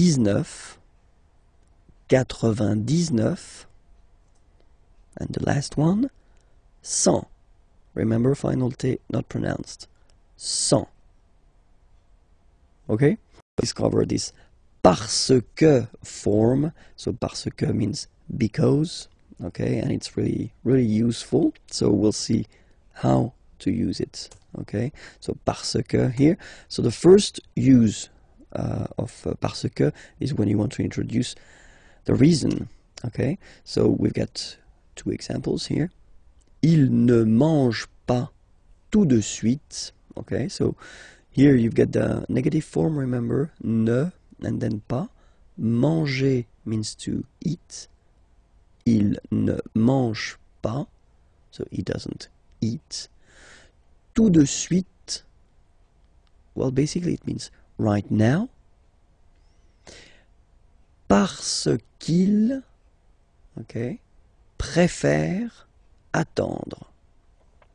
So in that case, because he prefers to wait. Il préfère attendre. Okay? Préférer, to prefer. And then here you can see that attendre is to wait. Second verb, okay? And then you should put it like here at the infinitive form, so the basic form of the verb, okay? Il ne mange pas tout de suite parce qu'il préfère attendre. Okay? Second example, nous allons dehors. Aller is to go, dehors, outside. Nous allons dehors, so we go outside. Parce que, so because. Nous voulons marcher. Vouloir, to want. Marcher, to walk. Nous voulons marcher, we want to walk. Okay?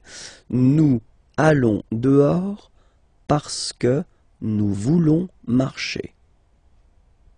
Okay? And then the second option to use this parce que is when you want to introduce the cause, la cause. Okay? Example here. Il prend son parapluie. Parapluie, umbrella.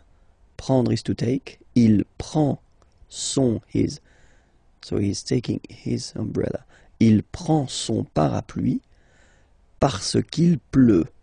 Pleuvoir, to rain. It rains, il pleut.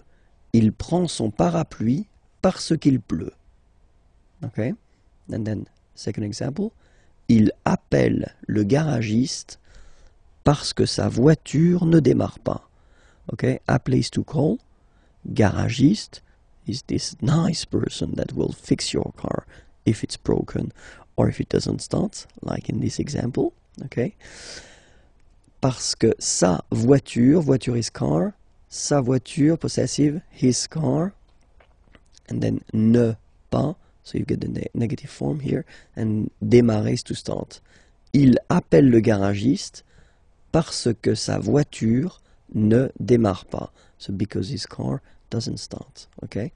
Il appelle le garagiste parce que sa voiture ne démarre pas.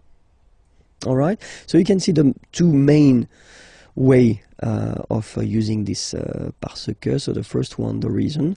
In that case, well, it's something that refers to the person. Okay, actually, in that case, he doesn't eat because he prefers to wait, and then we go outside because we want. Okay, and then the second possibility, when you talking about la cause, in that case, something that doesn't really, it's not the results of what someone is doing, but it's raining in that case, and then the car doesn't start. It doesn't really, it's not the result of the action of someone. Okay, so that's the two main use of parce que. Then we'll work on le Moyen-Orient, the Middle East. Okay, let's start. Le Moyen-Orient. So it's interesting here because normally if you would have only this word here, you would pronounce it moyen, moyen, okay? But then as you've got this vowel after, okay, you get to make the liaison between the two, le Moyen-Orient, Moyen-Orient, okay? Let's start now. Israël, Israël. La Palestine, la Palestine. Le Liban, le Liban. La Jordanie, la Jordanie. Okay, so let's repeat them one more time. Le Moyen-Orient, Israël, la Palestine, le Liban, la Jordanie. Okay, and now we'll see the nationalities. Okay, so Israel, and then I will put the masculine form here and the feminine form here. Israélien, Israélien, so masculine form and then feminine form. Israélienne, Israélienne, okay, yen, yen, okay, and then Palestinien, Palestinien, feminine form, Palestinienne, Palestinienne. Le Liban, Libanais, Libanais, Libanaise, okay, aise, Libanais, Libanaise. And then Jordanie, Jordanien, Jordanienne, okay, yen, Jordanien, Jordanienne. Okay, so let's see them one more time. Israël, Israélien, Israélienne. La Palestine, Palestinien, Palestinienne. Le Liban, Libanais, Libanaise. La Jordanie, Jordanien, Jordanienne. L'Extrême-Orient, so Far East. L'Extrême-Orient, so let's discover that together. So Far East in French we will say l'Extrême-Orient. L'Extrême-Orient. Le Japon. Le Japon. La Chine. La Chine. La Chine. L'Inde. So remember you get this nasal here form. I-N-1. L'Inde. L'Inde. Le Pakistan. Le Pakistan. Hong Kong. Hong Kong. Okay, so let's see everything one more time here. L'Extrême-Orient, le Japon, la Chine, l'Inde, le Pakistan, Hong Kong. Okay, and now for the nationalities. So each time I will put the masculine form and the feminine form. Okay? Le Japon, japonais, japonaise. Okay, so the only difference is there. Est, aise. Japonais, japonaise. La Chine, chinois. So it's really this wa wa wa sound, remember? Chinois, chinoise, z z, was, chinoise. So chinois, chinoise. L'Inde, indien, yin, indien, indienne. So remember this double N, you open it, indienne. Le Pakistan, pakistanais, pakistanaise. Hong Kong, chinois de Hong Kong, chinoise de Hong Kong. So let's see them one more time. Le Japon, japonais, japonaise. La Chine, chinois, chinoise. L'Inde, indien, indienne. Le Pakistan, pakistanais, pakistanaise. Hong Kong, chinois de Hong Kong, chinoise de Hong Kong.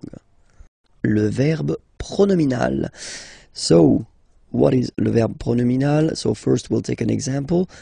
Regarder, to look, to watch. Okay?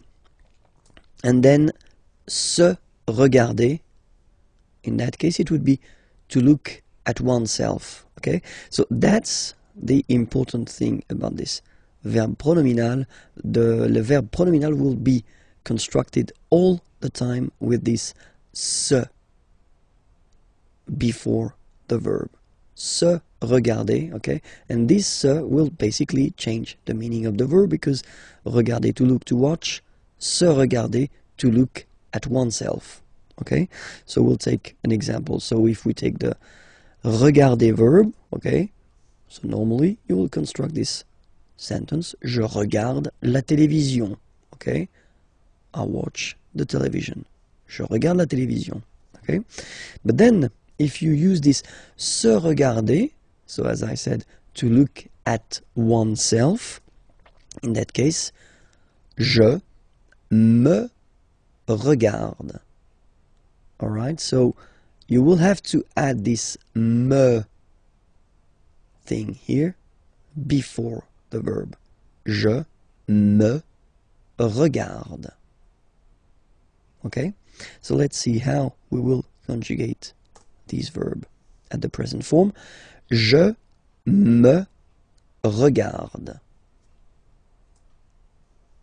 Tu te regardes.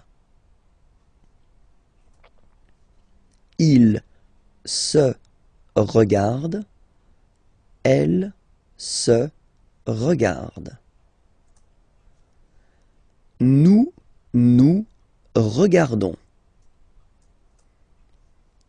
Vous, vous regardez. Il se regarde. Elle se regarde. So now you can see that you've got to add these me, te, se, nous, vous, se before the verb when you conjugate it. Okay? Let's take another example. Appeler, to call. Okay? And then the important thing in that case is that, as usual, you know, appeler is starting with a vowel. A here. And it does mean that, as usual in French, normally we should have this se, but then e will disappear and it will look like that. S'appeler. So appeler, to call, and then s'appeler, to call oneself. Okay, so let's see how we will conjugate this verb. Je m'appelle.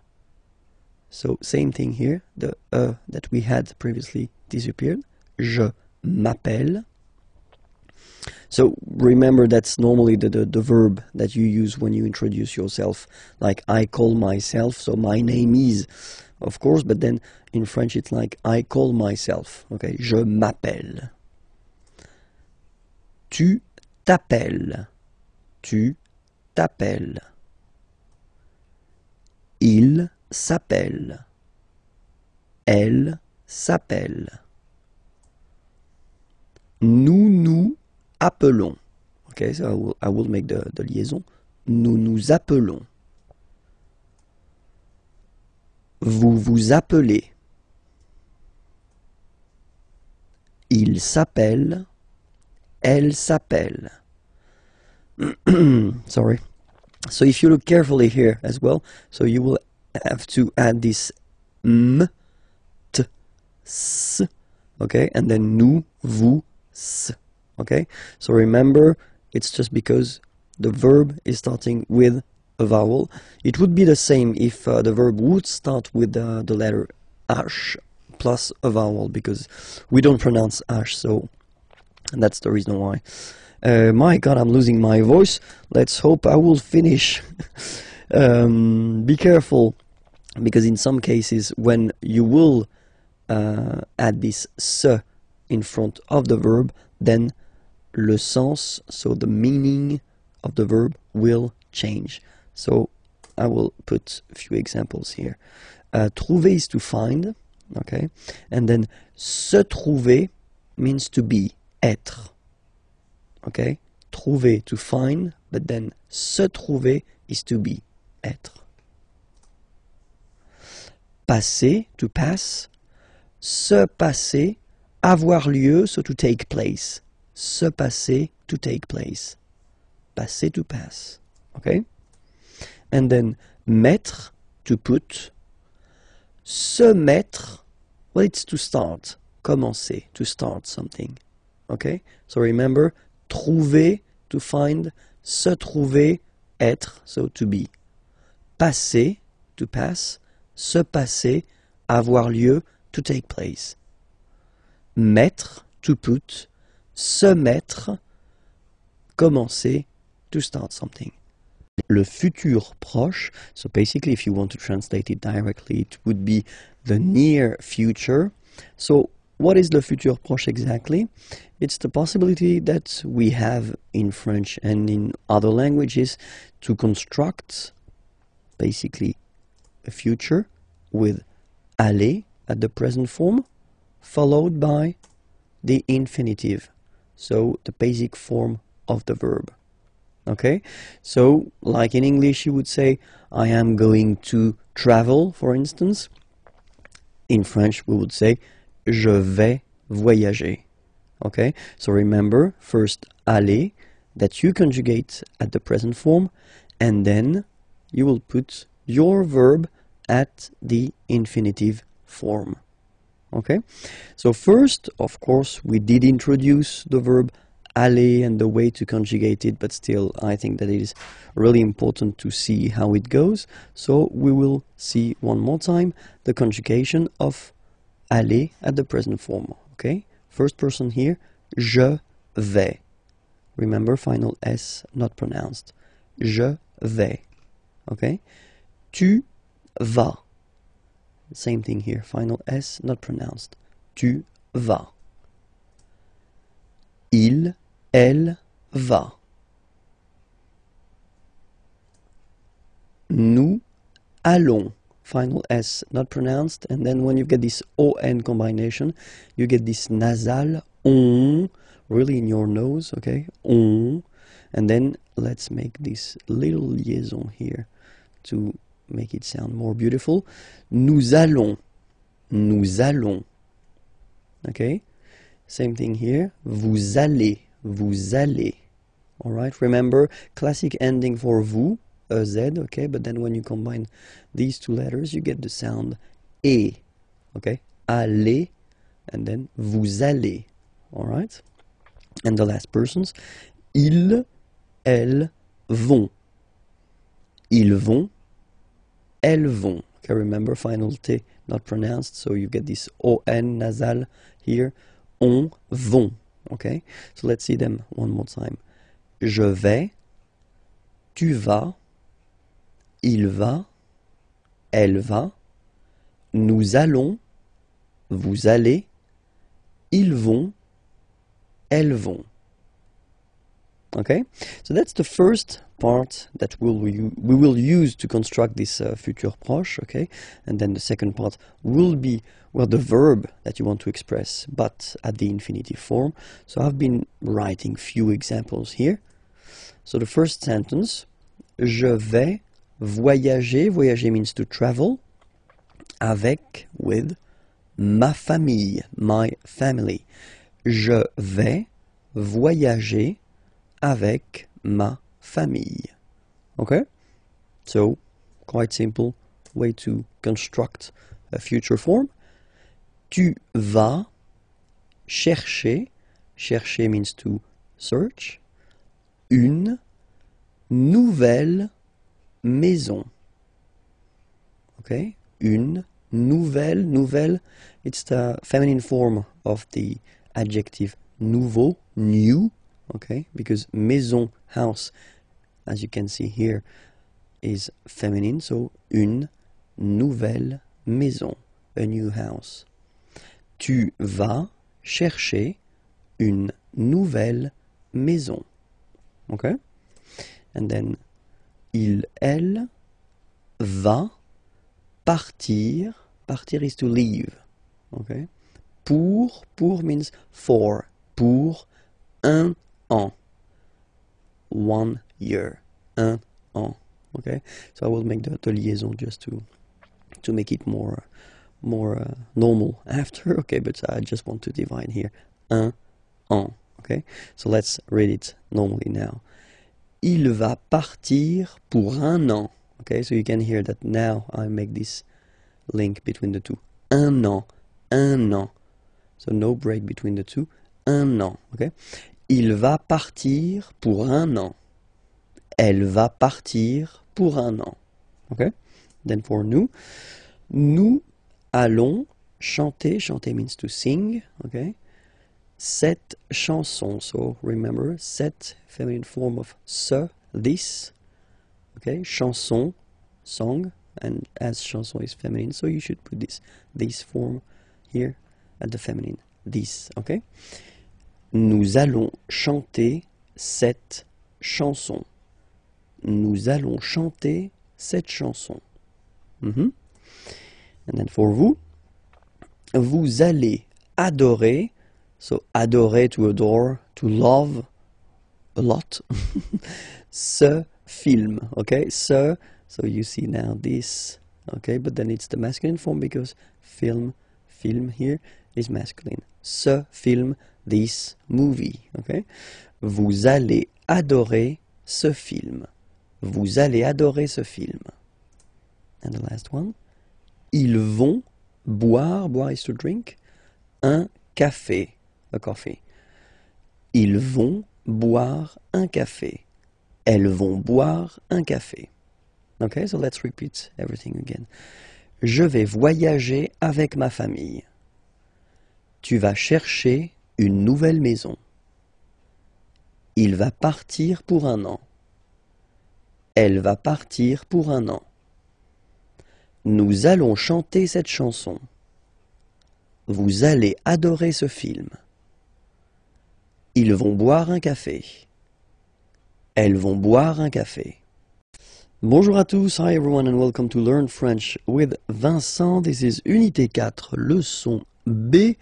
And in this lesson, we'll try to work on le genre des mots, so the gender of the words, because normally that's something a bit difficult for students to know or to remember the gender of the words. So normally what I tell them is to try to memorize, try to remember the gender when they discover or when they see a new word, but I know it's not easy. Okay, so in this lesson, we'll try to see actually a few endings that give you some useful tips, and well, we'll focus only on the feminine words, and we'll start right now. Sorry. So when you see words that are ending with this ion, so you can be almost. This is quite important. Never say always when you talk about French language, because you always find some exceptions. Okay, so I won't say always. I will say in most of the cases. Okay, when they end with ion, okay, in most of the cases they will be feminine. Okay, so for instance here, la libération, or then la nation. Okay.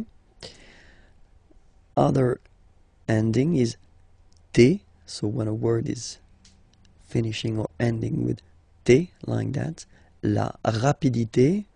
Rapidité means speed, and then la santé, health. Okay. In this case, you can be almost sure that these words will be feminine. Okay. When they're ending with ure, ur. Okay.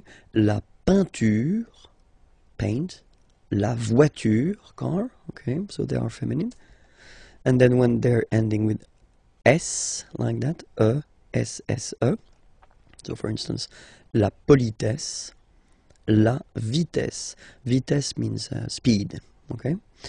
So these words are feminine, and these endings are classical ending for feminine form, okay? So let's see them one more time.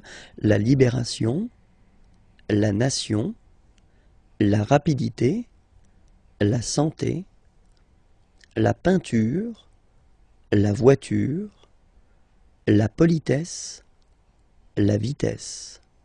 Okay? So let's see a few more. So still for the feminine form.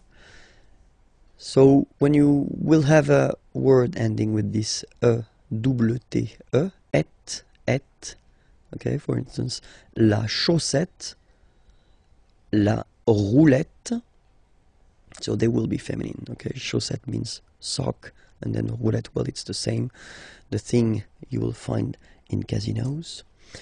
And then when they're ending with ie, like here, okay, so basically you don't pronounce the okay, so it will be only the sound I, okay, for instance, la vie, life, okay, la partie, the part, okay, so they will be feminine as well, okay, and then words ending with accent aigu, and then here, okay, remember this final is not pronounced, so you will have this e, remember accent aigu, it's e sound, okay, la poupée, the doll, l'arrivée, the arrival, okay, la poupée, l'arrivée, so feminine as well.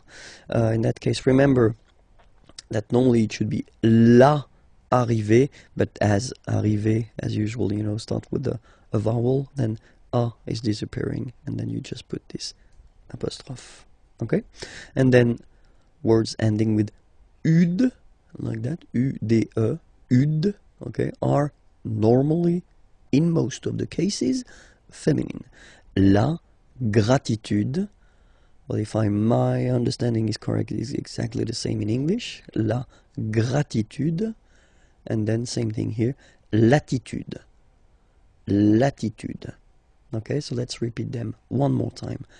La chaussette, la roulette, la vie, la partie, la poupée, l'arrivée, la gratitude, latitude.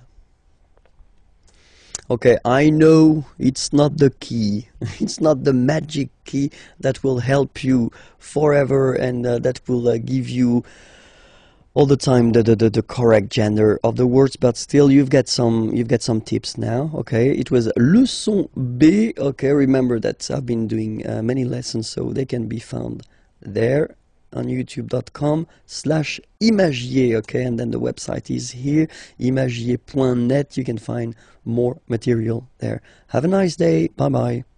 l'article partitif. So what's l'article partitif? Well, basically it's when you want to say that you want some sugar, for instance, so you don't want to specify the quantity, okay, just want to say that you want some, but you don't want to say 1, 2, 3, okay, then as usual we will have the difference between the masculine form and the feminine form, okay. So for the masculine form it will be du, okay, du, simple thing, d, u, this is u, this is d, du, alright. And then for the feminine form it will be de la, okay, de la, alright. Masculine form du, feminine form de la, alright. Let's see a few examples now.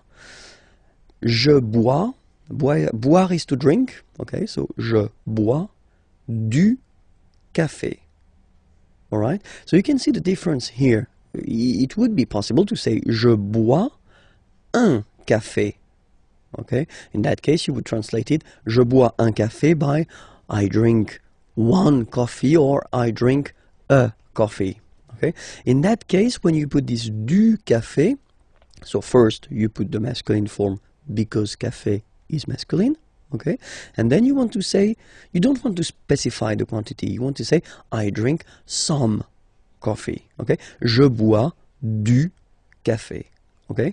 The other option as well would be to say je bois le café, so if you want to put this article défini, but then you would have to put more information after, le café de ma mère, the coffee of my mother if you want, okay. So in that case, in this lesson we'll only focus on l'article partitif, so it's some, okay, je bois du café, alright.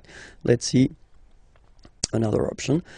Tu voudrais, so I wanted to introduce this voudrais form, okay, so it's coming from vouloir. Vouloir is to want, okay, but then it's not the present form here, the classic present form, it's the conditionnel form, okay, so it's the polite form that normally we should use. So I would like to have, you know, you don't say tu veux, you don't say you want, because it is too strong and too direct. So normally we tend to use this conditionnel form. So tu voudrais, you would like to have, and then salade, okay, and it's feminine, so you should put the feminine form of this partitif, so de la salade, so some salad, okay. Tu voudrais de la salade. All right. Let's see another example here. Nous mangeons. So manger is to eat, okay, and that's the form for nous, okay. Nous mangeons du gâteau. Gâteau is cake, okay, and it's masculine, so du gâteau. We eat some cake. Vous voulez, okay, so vouloir again, all right, to want, okay, but here it's the present form, okay.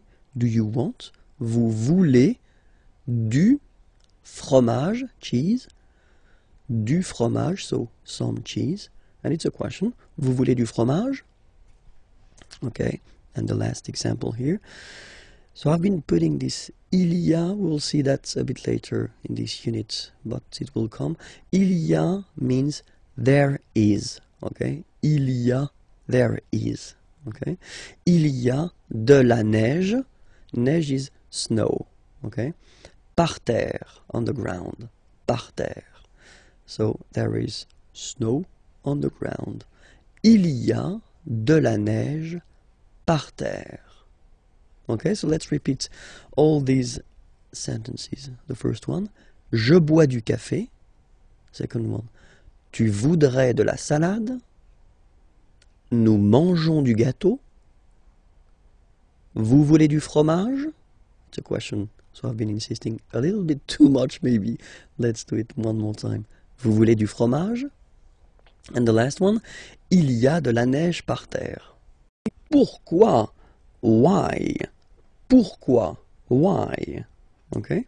So, if you ask a question with pourquoi, why, normally the answer that you will have will start with whether parce que, because, okay, or then pour plus one verb at the infinitive form, so the basic form, okay?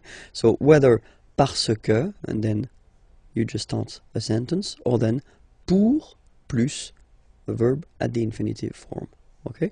Let's see now some examples. First question, pourquoi es-tu ici? Pourquoi es-tu ici? Okay, ici means here. Es-tu, are you? Why are you here? Pourquoi es-tu ici? So the first answer, parce que, so because, je suis invité, I am invited, by Nicolas, because I am invited by Nicolas. Parce que je suis invité par Nicolas. Okay, so normally when you start with the parce que, so you want to express the reason why, okay? Parce que je suis invité par Nicolas. Alright? And then, other option would be pour passer la soirée. So in that case, passer should be translated like spend, okay?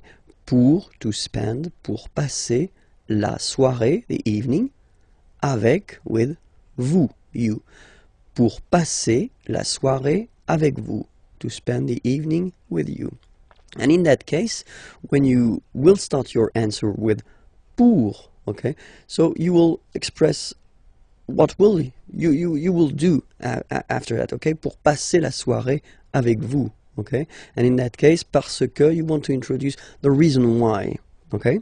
So that's the way we will construct answers when you will ask a question with pourquoi, okay? Où est le cube? Where is the cube? Où est le cube? Okay, so let's see that together.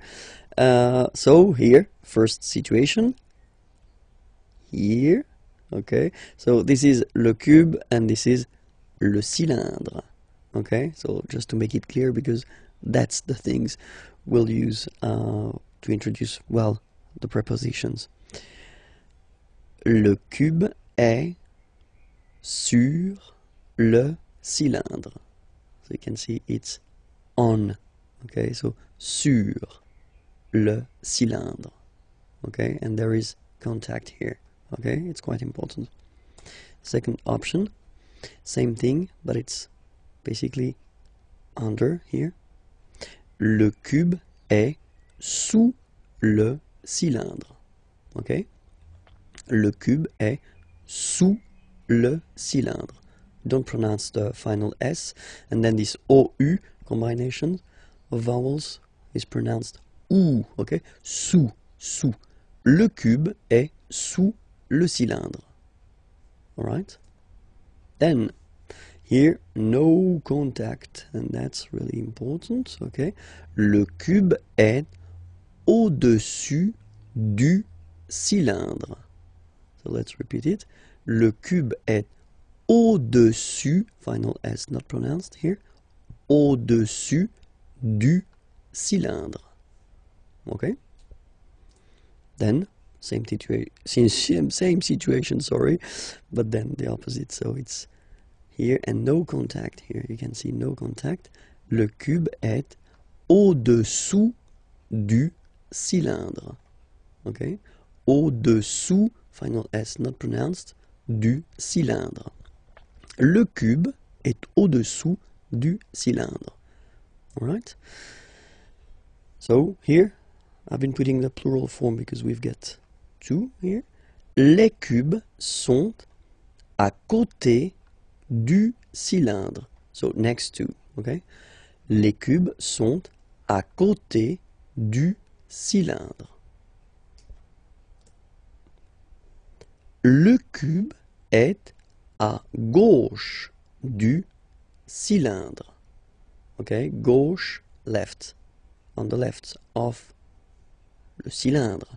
Le cube est à gauche du cylindre. Okay, then the next one. Droite, obviously it's right, on the right. Le cube est à droite du cylindre. Le cube est à droite du cylindre. Okay? In front of. Le cube est devant le cylindre. Le cube est devant le cylindre. And now, behind, it's not possible to see it, that's the reason why. Le cube est derrière, so behind, le cylindre. Le cube est derrière le cylindre. So I've been taking away the color just to show you that it's inside, okay? So in, le cube est dans, so in, le cylindre. Le cube est dans le cylindre. Les adverbes de lieu. So really useful. And we're starting right now. So the first one that we'll see. So I've been putting each time the English first and then the French version here. Okay, so here. So I won't read the English one. I will focus on the French one if that's okay with you. Ici. Ici. Okay. Then là. So remember you've got this accent, but well you don't pronounce it. Okay, so it's là. Là. Oops. Là-bas. Là-bas. Remember final S not pronounced. Là-bas. Loin. Loin. So remember when you get this combination O-I-N, it's ouin, ouin, ouin, okay? Loin. Alright? So let's see them one more time. Ici, là, là-bas, loin. Okay? Devant. Final T not pronounced. Devant. Devant. Derrière. So if you look carefully, you've got E here and then double R, so it will open the sound of this E, and you should pronounce it E, okay? Derrière. Same thing here. You've got this E accent grave, E. Derrière. Okay? Don't pronounce the final E. Derrière. Okay? Final S not pronounced. Dessus. Dessus. Dessus. Dessous. Dessous. Final S not pronounced here. Dessous. Okay, so let's repeat them. Devant, derrière, dessus, dessous. Okay? Dedans. Final S not pronounced. Dedans. Dedans. Dehors. Okay, so remember final S not pronounced, and then this H in French doesn't exist phonetically, so you don't pronounce it. Dehors. Dehors. Dehors. En haut. En haut. Okay, final T not pronounced, and then this H as previously, you don't pronounce it, so this is O. En haut. En haut. En haut. En bas. Final S not pronounced. En bas. En bas. Okay? Quelque part. Don't pronounce the final T. Quelque part. Quelque part. autre part, autre part, autre part. Ailleurs. Look, final S not pronounced, and then you've got this y sound. Ailleurs. Okay, so sorry, I insist a little bit too much maybe, but still, let's read it normally now. Ailleurs.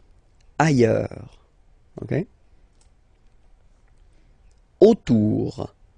Autour. Autour. Okay, so repeat them one more time. Quelque part. Autre part, ailleurs, autour. Comment exprimer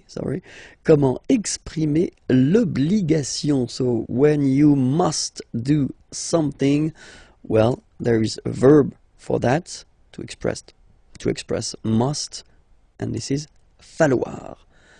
Falloir, okay, falloir. And then you will have two options. The first one will be il faut, so you get to remember that falloir is what we call verb impersonnel, okay, because there is only one form and it's il, third person of the singular. Il faut, okay, so je, tu, nous, vous, etc. They don't exist for falloir, it's only il, okay.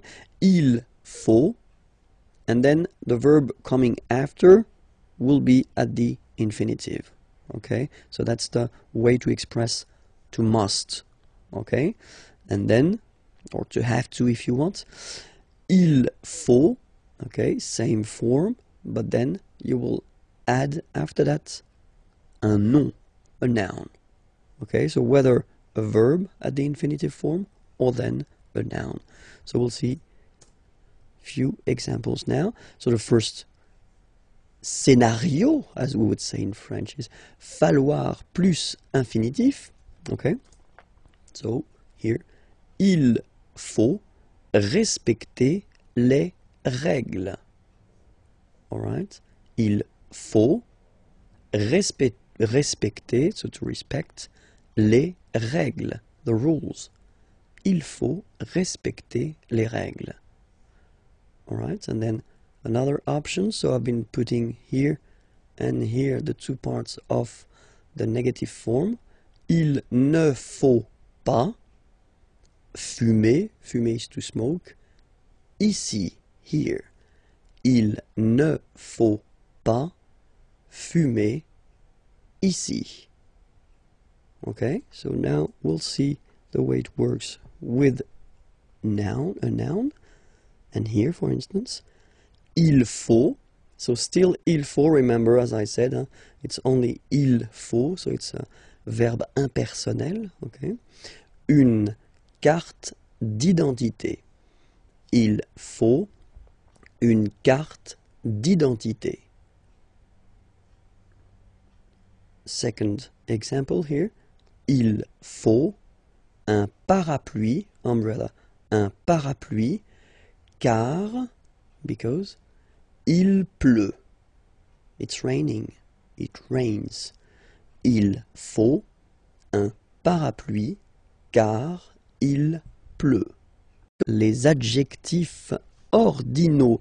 Les adjectifs ordinaux, so in English it would be first, second, third, fourth, etc., etc. So we'll see how they go in French. And so we'll start with the first, okay? And as usual in French, remember, we've got the difference between the masculine form and the feminine form, okay? So each time we'll have here and here the masculine form and the feminine form. Here, that's the way you can see them written when you get to make them short, okay? So they can be written like that, okay? So we'll pronounce them. Le premier, so the first, le premier, la première. Le premier, la première. Okay? Then, le deuxième, la deuxième. So in that case, it's only the le and la that will be different, because deuxième will be the same if you look at them. Okay? Then, same thing here. Le troisième, la troisième. Le troisième, la troisième. Okay? le quatrième, la quatrième. Le quatrième, la quatrième. Le cinquième, la cinquième. Le cinquième, la cinquième.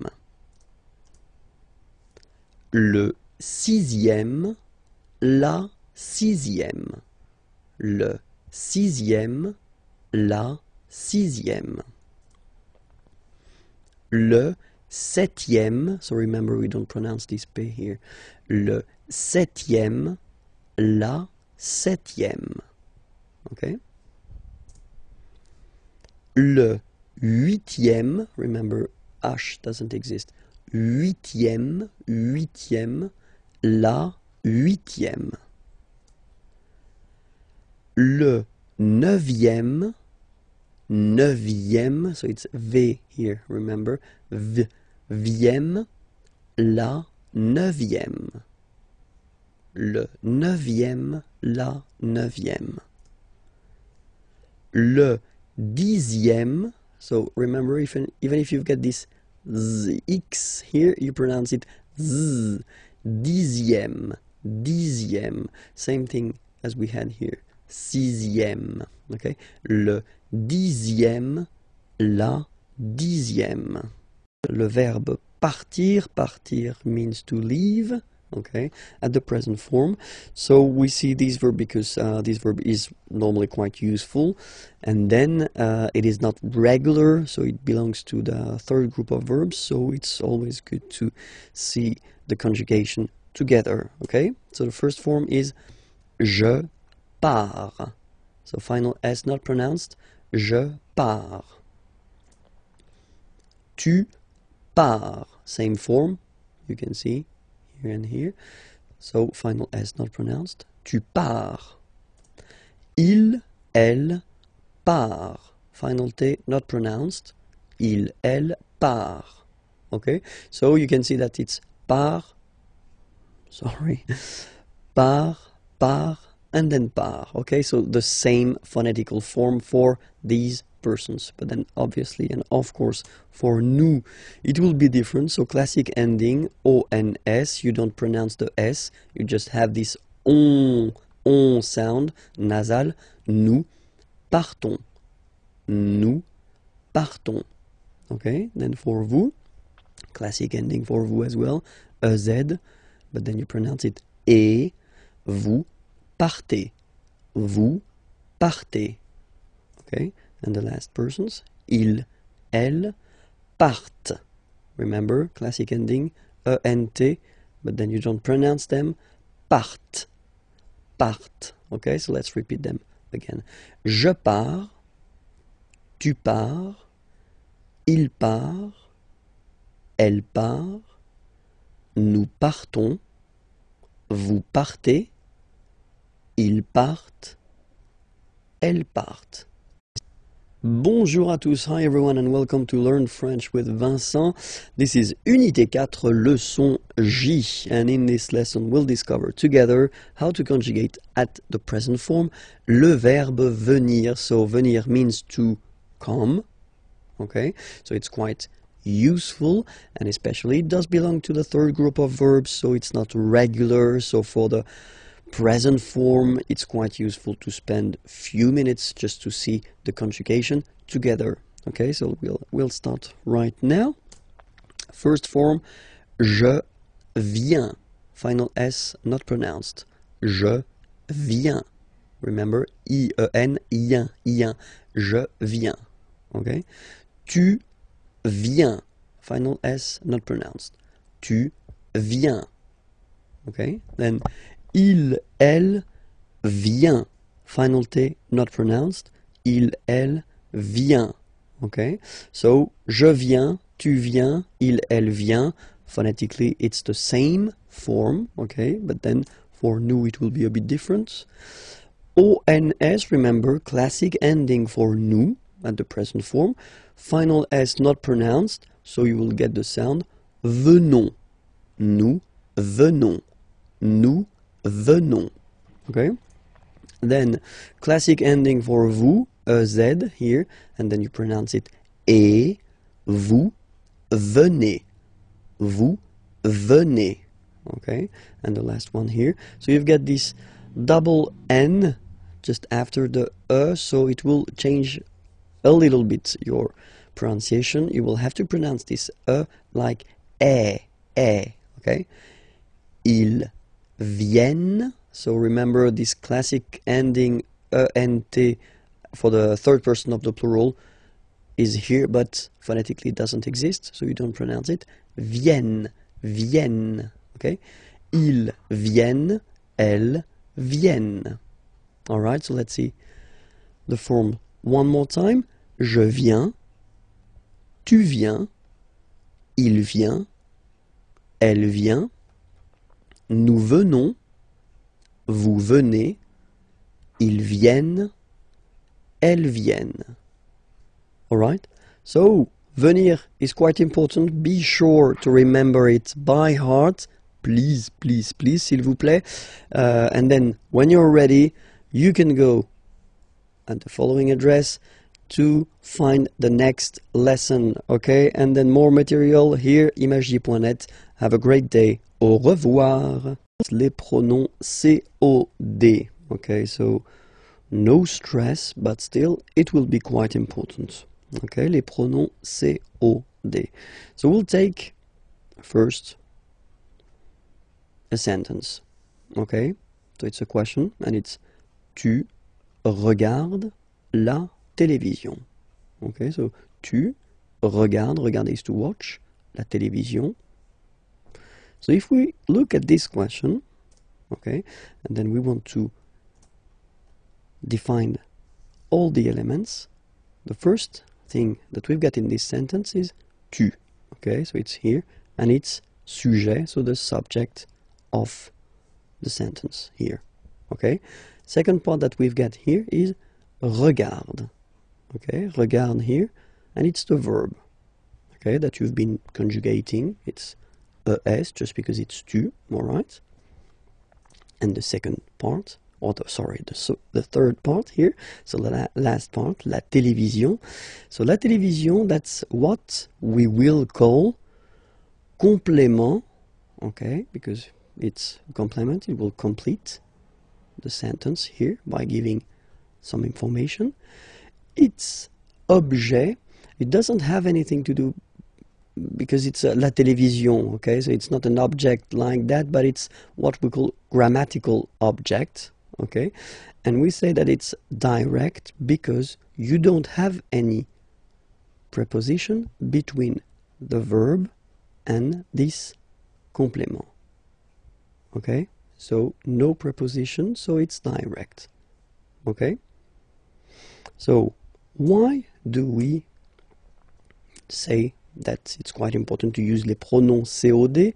Just because when you've got a question, so if someone is asking you tu regardes la télévision, okay, the first option would be oui, je regarde la télévision. So of course it's possible to repeat, this part, la télévision, okay? But then if we are honest, then in most of the cases we won't repeat la télévision. In that case, we will use what we call pronounce, okay, just to avoid repeating this word. Okay, so let's see these pronouns together. So as usual, we will have the difference between the masculine, the feminine, and the plural. Okay, in that case here we'll start with the masculin singulier. Masculin singulier will be first le, or then, as usual, if we've got a vowel coming after, the E will disappear, so it will be L apostrophe. Okay? Le, or then L, like that. Okay? If it's feminine, and at the singular form, so we're talking here about the third person of the singular, it will be la. Or, for the same reasons as previously, L apostrophe if you get a vowel after. Okay? And then for the plural form, so here we're talking about the third person of the plural, then it will be les. Okay, so let's repeat them one more time. So for the masculine singular form, it's le. For the feminine singular form, it's la. Okay, and then if they are followed by vowels, then you take a and a away, and then you get this l. Okay, and for the plural form here, it's les. All right, so let's see that in action now. So if you get the same question, tu regardes la télévision. All right, so now we've got all the elements. So we know that tu was the subject, regarde the verb, la télévision, complément d'objet direct, and that's the thing we want to replace. We don't want to repeat la télévision. Okay, so first, what do we need to do is first to spot the gender of the word. We know that la télévision is feminine.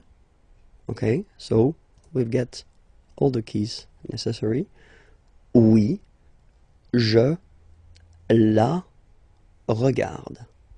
So, as I said a long time ago in a lesson, remember that in French, the pronouns, like this one for instance, are coming before the verb. So that's the reason why you will have this la here before the verb. Oui, je la regarde. Okay? Let's take another question. And here you've got tu vas regarder la télévision. So what's the difference between the previous question and this question?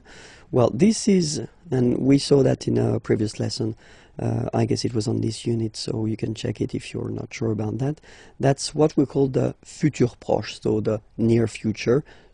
Tu vas regarder la télévision, you are going to watch. Okay, so that's the near future. Tu vas regarder la télévision. Okay, and then here, if you look carefully, well, you've got two verbs. And that's the important thing here. So if you will have a structure with two verbs, and then you want to use a pronoun, this pronoun will come always before the second verb. Like here, oui, je vais la regarder. Okay? So I'm not telling you that it will come between the two verbs, because you can have many things between these verbs. Okay, so focus on this idea that it will come before the second verb. Oui, je vais la regarder. Okay? So we'll see that les pronoms complément d'objet direct can replace all the persons. So for the first person it will be me, second person it will be te, third person of the singular, so the one we saw, le for the masculine form, and then la for the feminine form.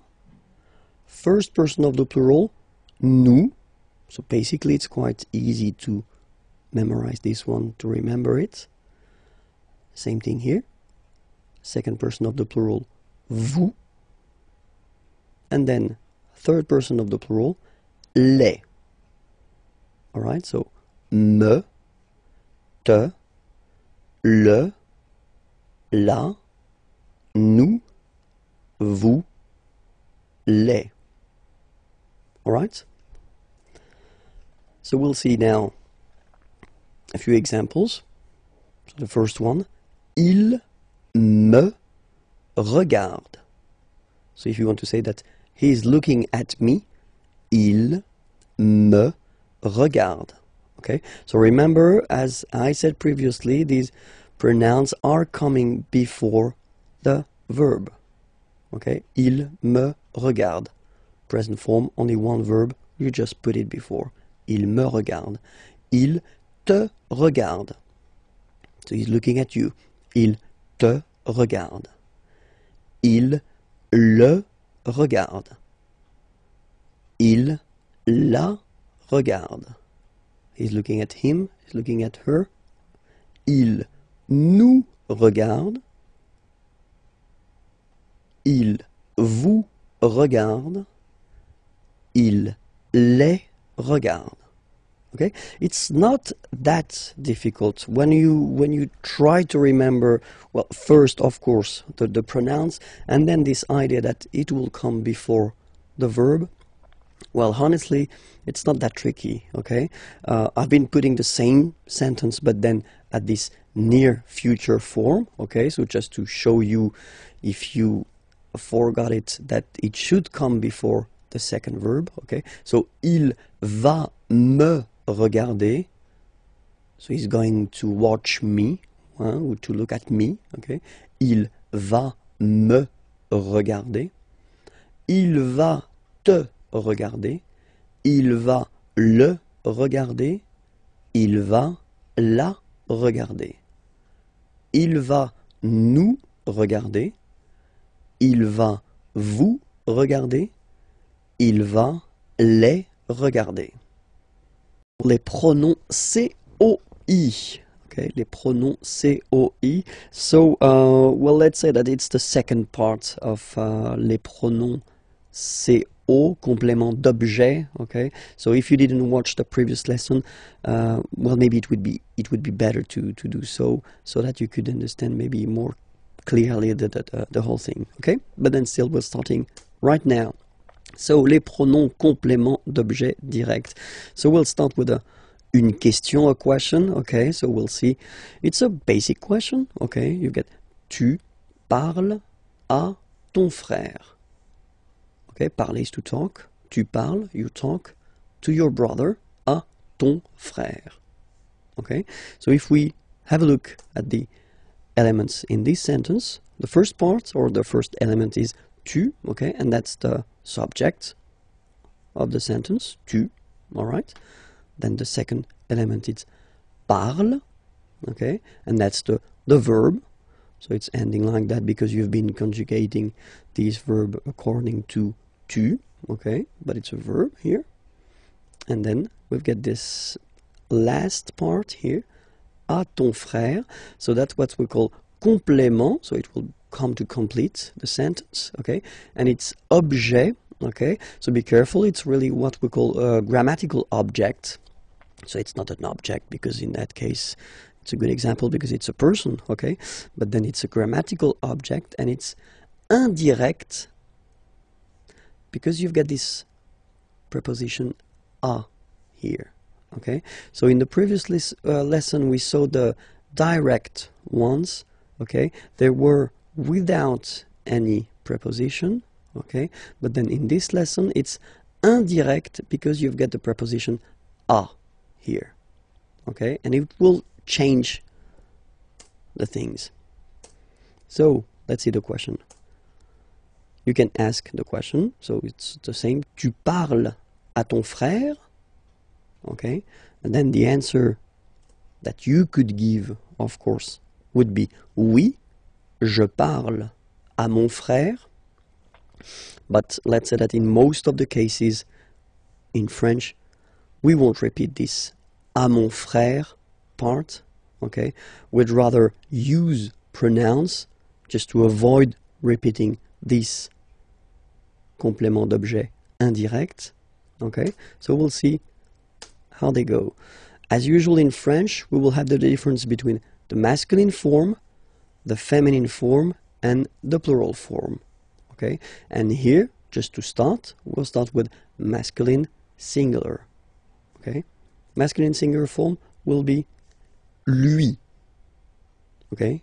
Ui, lui, lui, all right? Féminin singulier, so feminine form and the singular form here, it will be lui. So it's quite easy to memorize, to remember, okay, because it is the same form for the masculine and the feminine form, okay? And then for the plural form, so third person of the plural, to be more precise, it will be leur. Okay, so masculine singular, third person of the singular, lui. Féminin singulier, feminine singular form, third person of the singular, lui. And then the plural form, third person of the plural, leur. Okay, let's see now the same question. Okay, tu parles à ton frère. Okay, and the idea in that case, of course, is to avoid repeating this part here, so complément d'objet indirect, and to replace it with the pronoun. Okay, so first we know that it's indirect because we've got the preposition here. We know here that it's masculine because it's brother. Okay, and then we've got the information here because it's ton. All right, so we've got all the elements just to reply using the pronoun. Oui, je lui parle. Okay, so the only thing you should really think about here is the position. So you should remember, as I said previously, that the pronouns in French will be placed before the verb. So, je lui parle. Oui, je lui parle. All right? And then we could have, well, basically the same question, but then this question would be like it is here at the near future. So if you didn't see the lesson regarding the near future, maybe it would be more useful for you to watch it, but still the near future, it's a way to construct the future, but at the present tense with the verb aller, to go. You are going to speak or talk, okay, to your brother. Okay, so you are going to, but then the important thing in that case is that you've got two verbs. Okay, you've got aller here, to go, and then you've got parler, to speak or to talk. Okay, and when you've got two verbs, then for the pronoun that you would like to use, you will have to put it just before the second verb. Oui, je vais lui parler. Okay, so I'm not telling you that it should be between, because that's the case here, but then between these two verbs you could put many things, okay, like adverbs or other things. Okay, so remember that this pronoun lui should be before the second verb. All right, so now we'll see these pronouns, but then for all the persons. Okay, for the first person of the singular, it will be me. Second person of the singular, te. Then third person, like we saw, so masculine and feminine, I only put one, so lui, because it's the same. First person of the plural, nous. Second person of the plural, vous. Third person of the plural, leur. Okay, me, te, lui, nous, vous, leur. All right? So let's see examples now. So he's talking to me. Il me parle. Okay, remember, me, and then before the verb, il me parle. He's talking to you. Il te parle. Il lui parle. I don't know why lui is still white. Well, maybe it was a mistake from my... Yeah, it is a mistake. It should be orange, but then still. Il lui parle. Okay. Il nous parle. Il vous parle. Il leur parle. All right? Il me parle. Il te parle. Il lui parle. Il nous parle. Il vous parle, il leur parle. Okay, so these examples are with one verb, okay, and then I've been rewriting the same sentence, but then at the near future, okay, with the two verbs, and then we can see how they go now. Il va me parler, he's going to talk to me. Il va me parler, so remember, you know, me before the second verb. Il va te parler, he's going to talk to you. Il va lui parler, he's going to talk to her or he's going to talk to him, okay? Il va nous parler, he's going to talk to us. Il va vous parler, he's going to talk to you. Il va leur parler, he's going to talk to them, okay? Il va me parler, il va te parler, il va lui parler, il va nous parler, il va vous parler, il va leur parler.